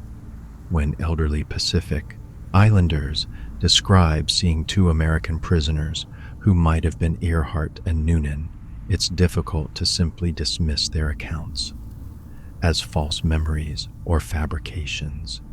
These are real people, often interviewed by journalists or researchers they trusted, describing events they genuinely believe they witnessed or heard about from reliable sources.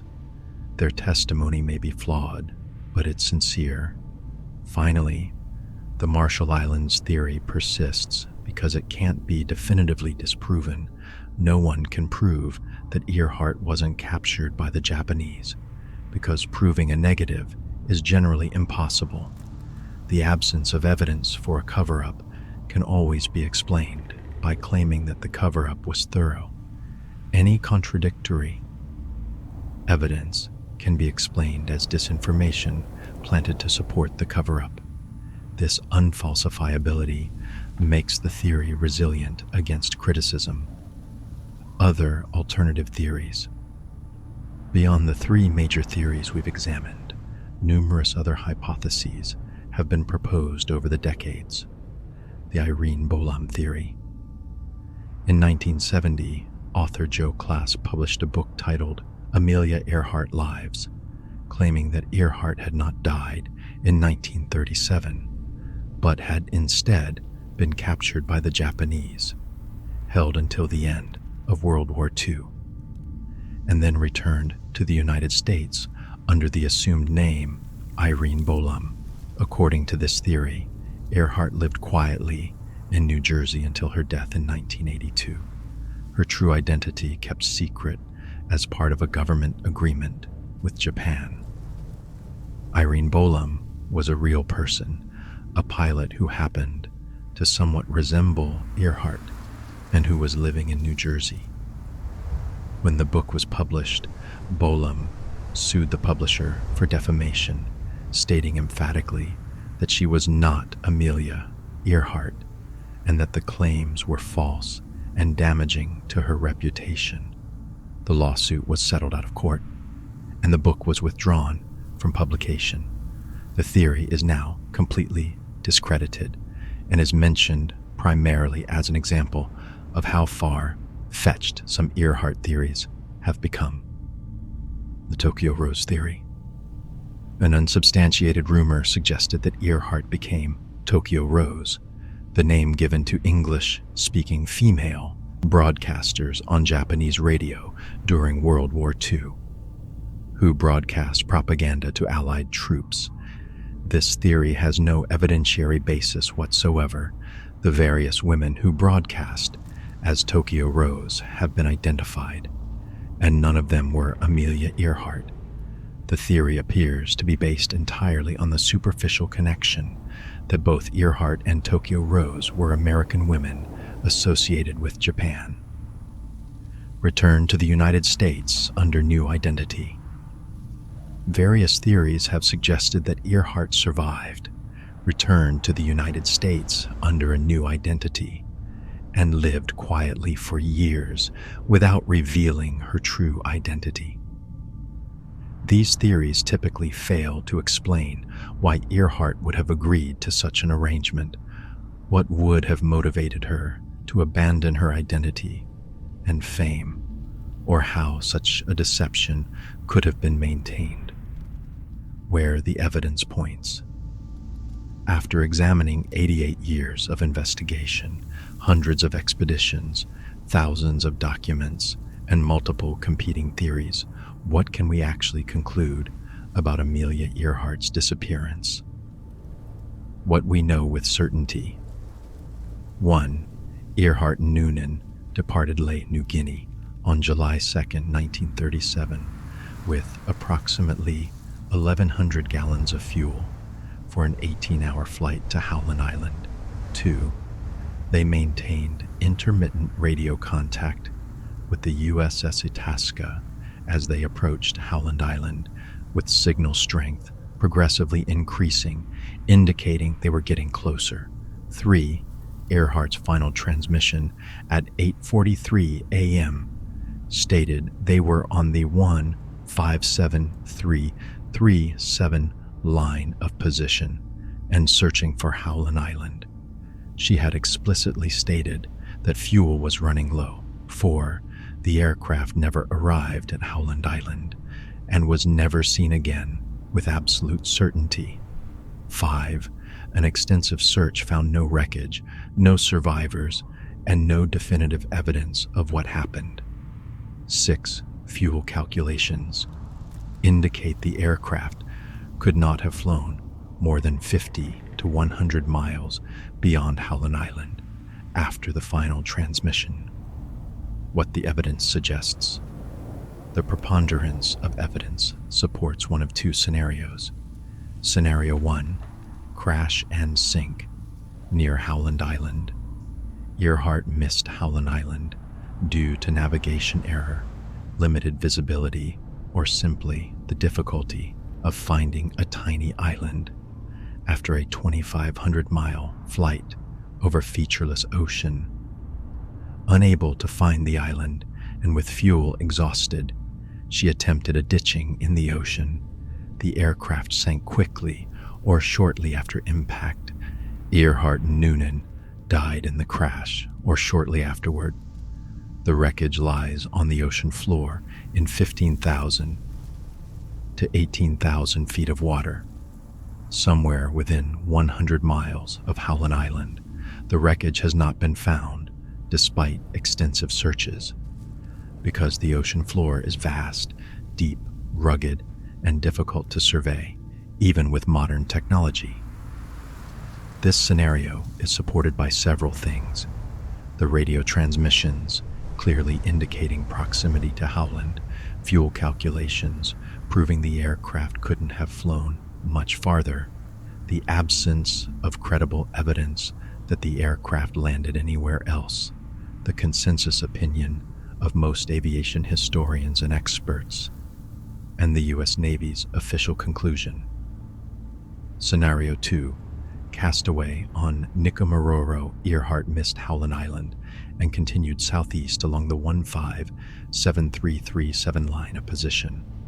She reached Nikumaroro, or Gardner Island, and made an emergency landing on the reef at low tide. The aircraft survived the landing sufficiently intact to allow Earhart and Noonan to evacuate with some survival equipment. They became castaways on the uninhabited island. They transmitted distress signals for several days.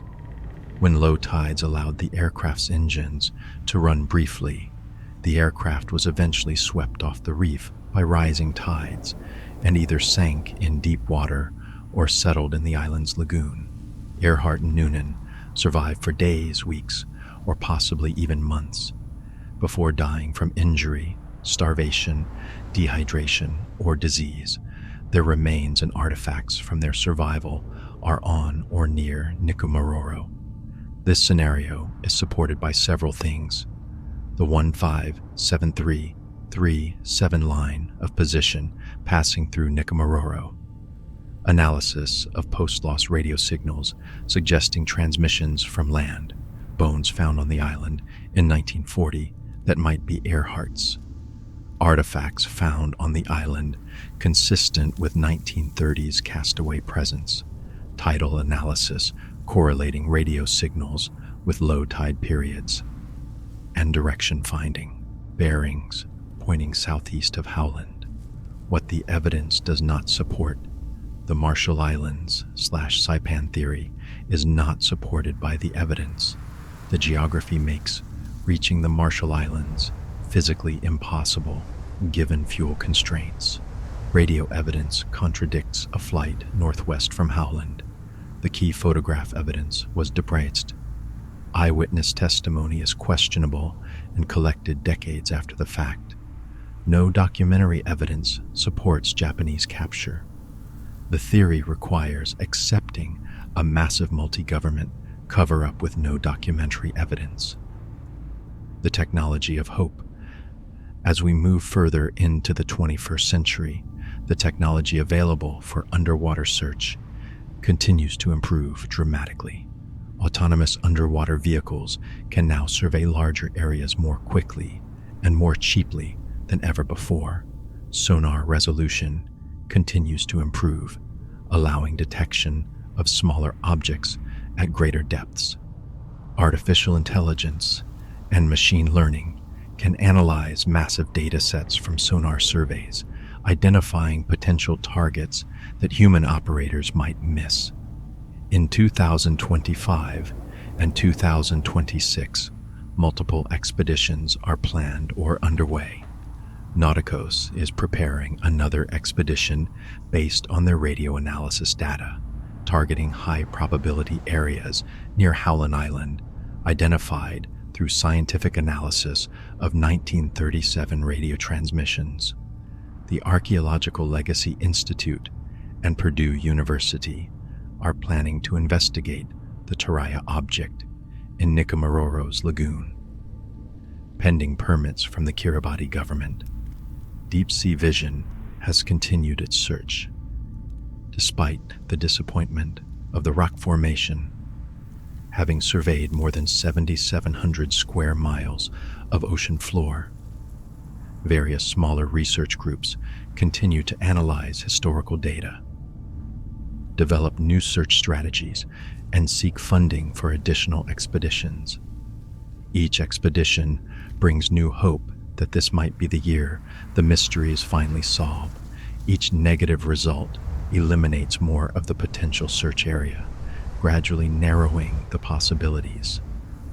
Each technological advance makes previously impossible searches feasible, and yet 88 years have passed, thousands of hours of search time, millions of dollars spent, hundreds of researchers dedicating careers to solving the mystery, and still the central question remains unanswered: where is Amelia Earhart?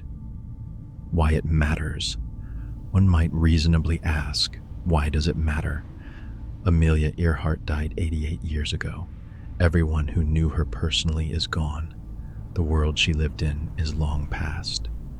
1930s aviation, pre-World War II geopolitics, the era of record-setting flights.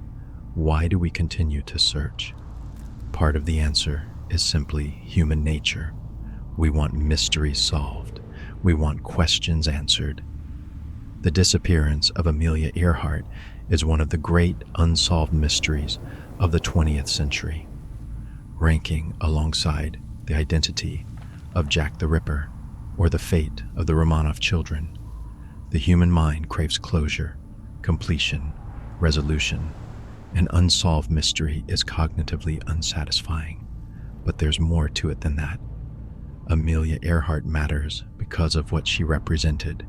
She was a woman who defied the expectations of her era, who proved that women could accomplish things that had been considered the exclusive domain of men. She set records, broke barriers, and inspired millions of people, particularly women and girls, to believe that they could achieve extraordinary things. Her disappearance, tragic as it was, became part of her legend. She didn't die old, forgotten, and ordinary. She died attempting something extraordinary, pushing the boundaries of what was possible, daring to try something that most people would never even contemplate. There's something inherently inspiring about that kind of death, a death that came while actively pursuing a dream, rather than passively accepting limitations. Finding her aircraft wouldn't diminish her legend. If anything, it would complete it, knowing where she ended her journey, understanding what happened in those final hours, recovering physical evidence of her life and death. These things would honor her memory by ensuring that her story is told with accuracy rather than speculation. For researchers and investigators, the search for Amelia Earhart has become something more than just historical curiosity. It's a test of technology, persistence, and analytical thinking. It's a challenge that has defeated dozens of expeditions and hundreds of researchers.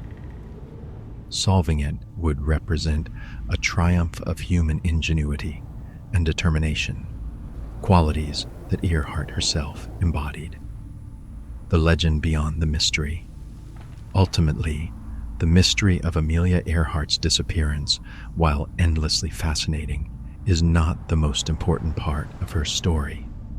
The most important part is what she accomplished. Before July 2nd, 1937, she was the first woman to fly solo across the Atlantic Ocean, a feat that proved women were capable of extraordinary achievement in aviation, one of the most technologically demanding and dangerous fields of the 1930s. She set multiple aviation records, including altitude records, speed records, and distance records. She proved that women could handle sophisticated aircraft, navigate long distances, and make sound judgments under pressure. She used her fame to advocate for women's rights, for equal opportunities in education and employment, and for the expansion of aviation as both an industry and a form of transportation. She wrote books, gave lectures, served on corporate boards, and used every platform available to her to advance the cause of women's equality.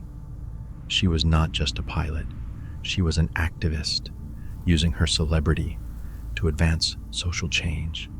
She inspired countless women to pursue careers in aviation and other fields that had been closed to them. The 99s, the organization for female pilots that she helped found, still exists today and continues to support women in aviation, and she did all of this while maintaining her independence, her marriage on her own terms, and her authenticity. She refused to be defined solely by her gender or limited by societal expectations.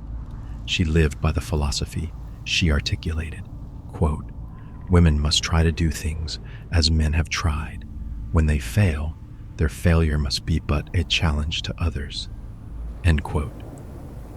Whether her aircraft lies on the ocean floor near Howland Island or in Nikumaroro's lagoon or somewhere else entirely, this is the legacy that matters.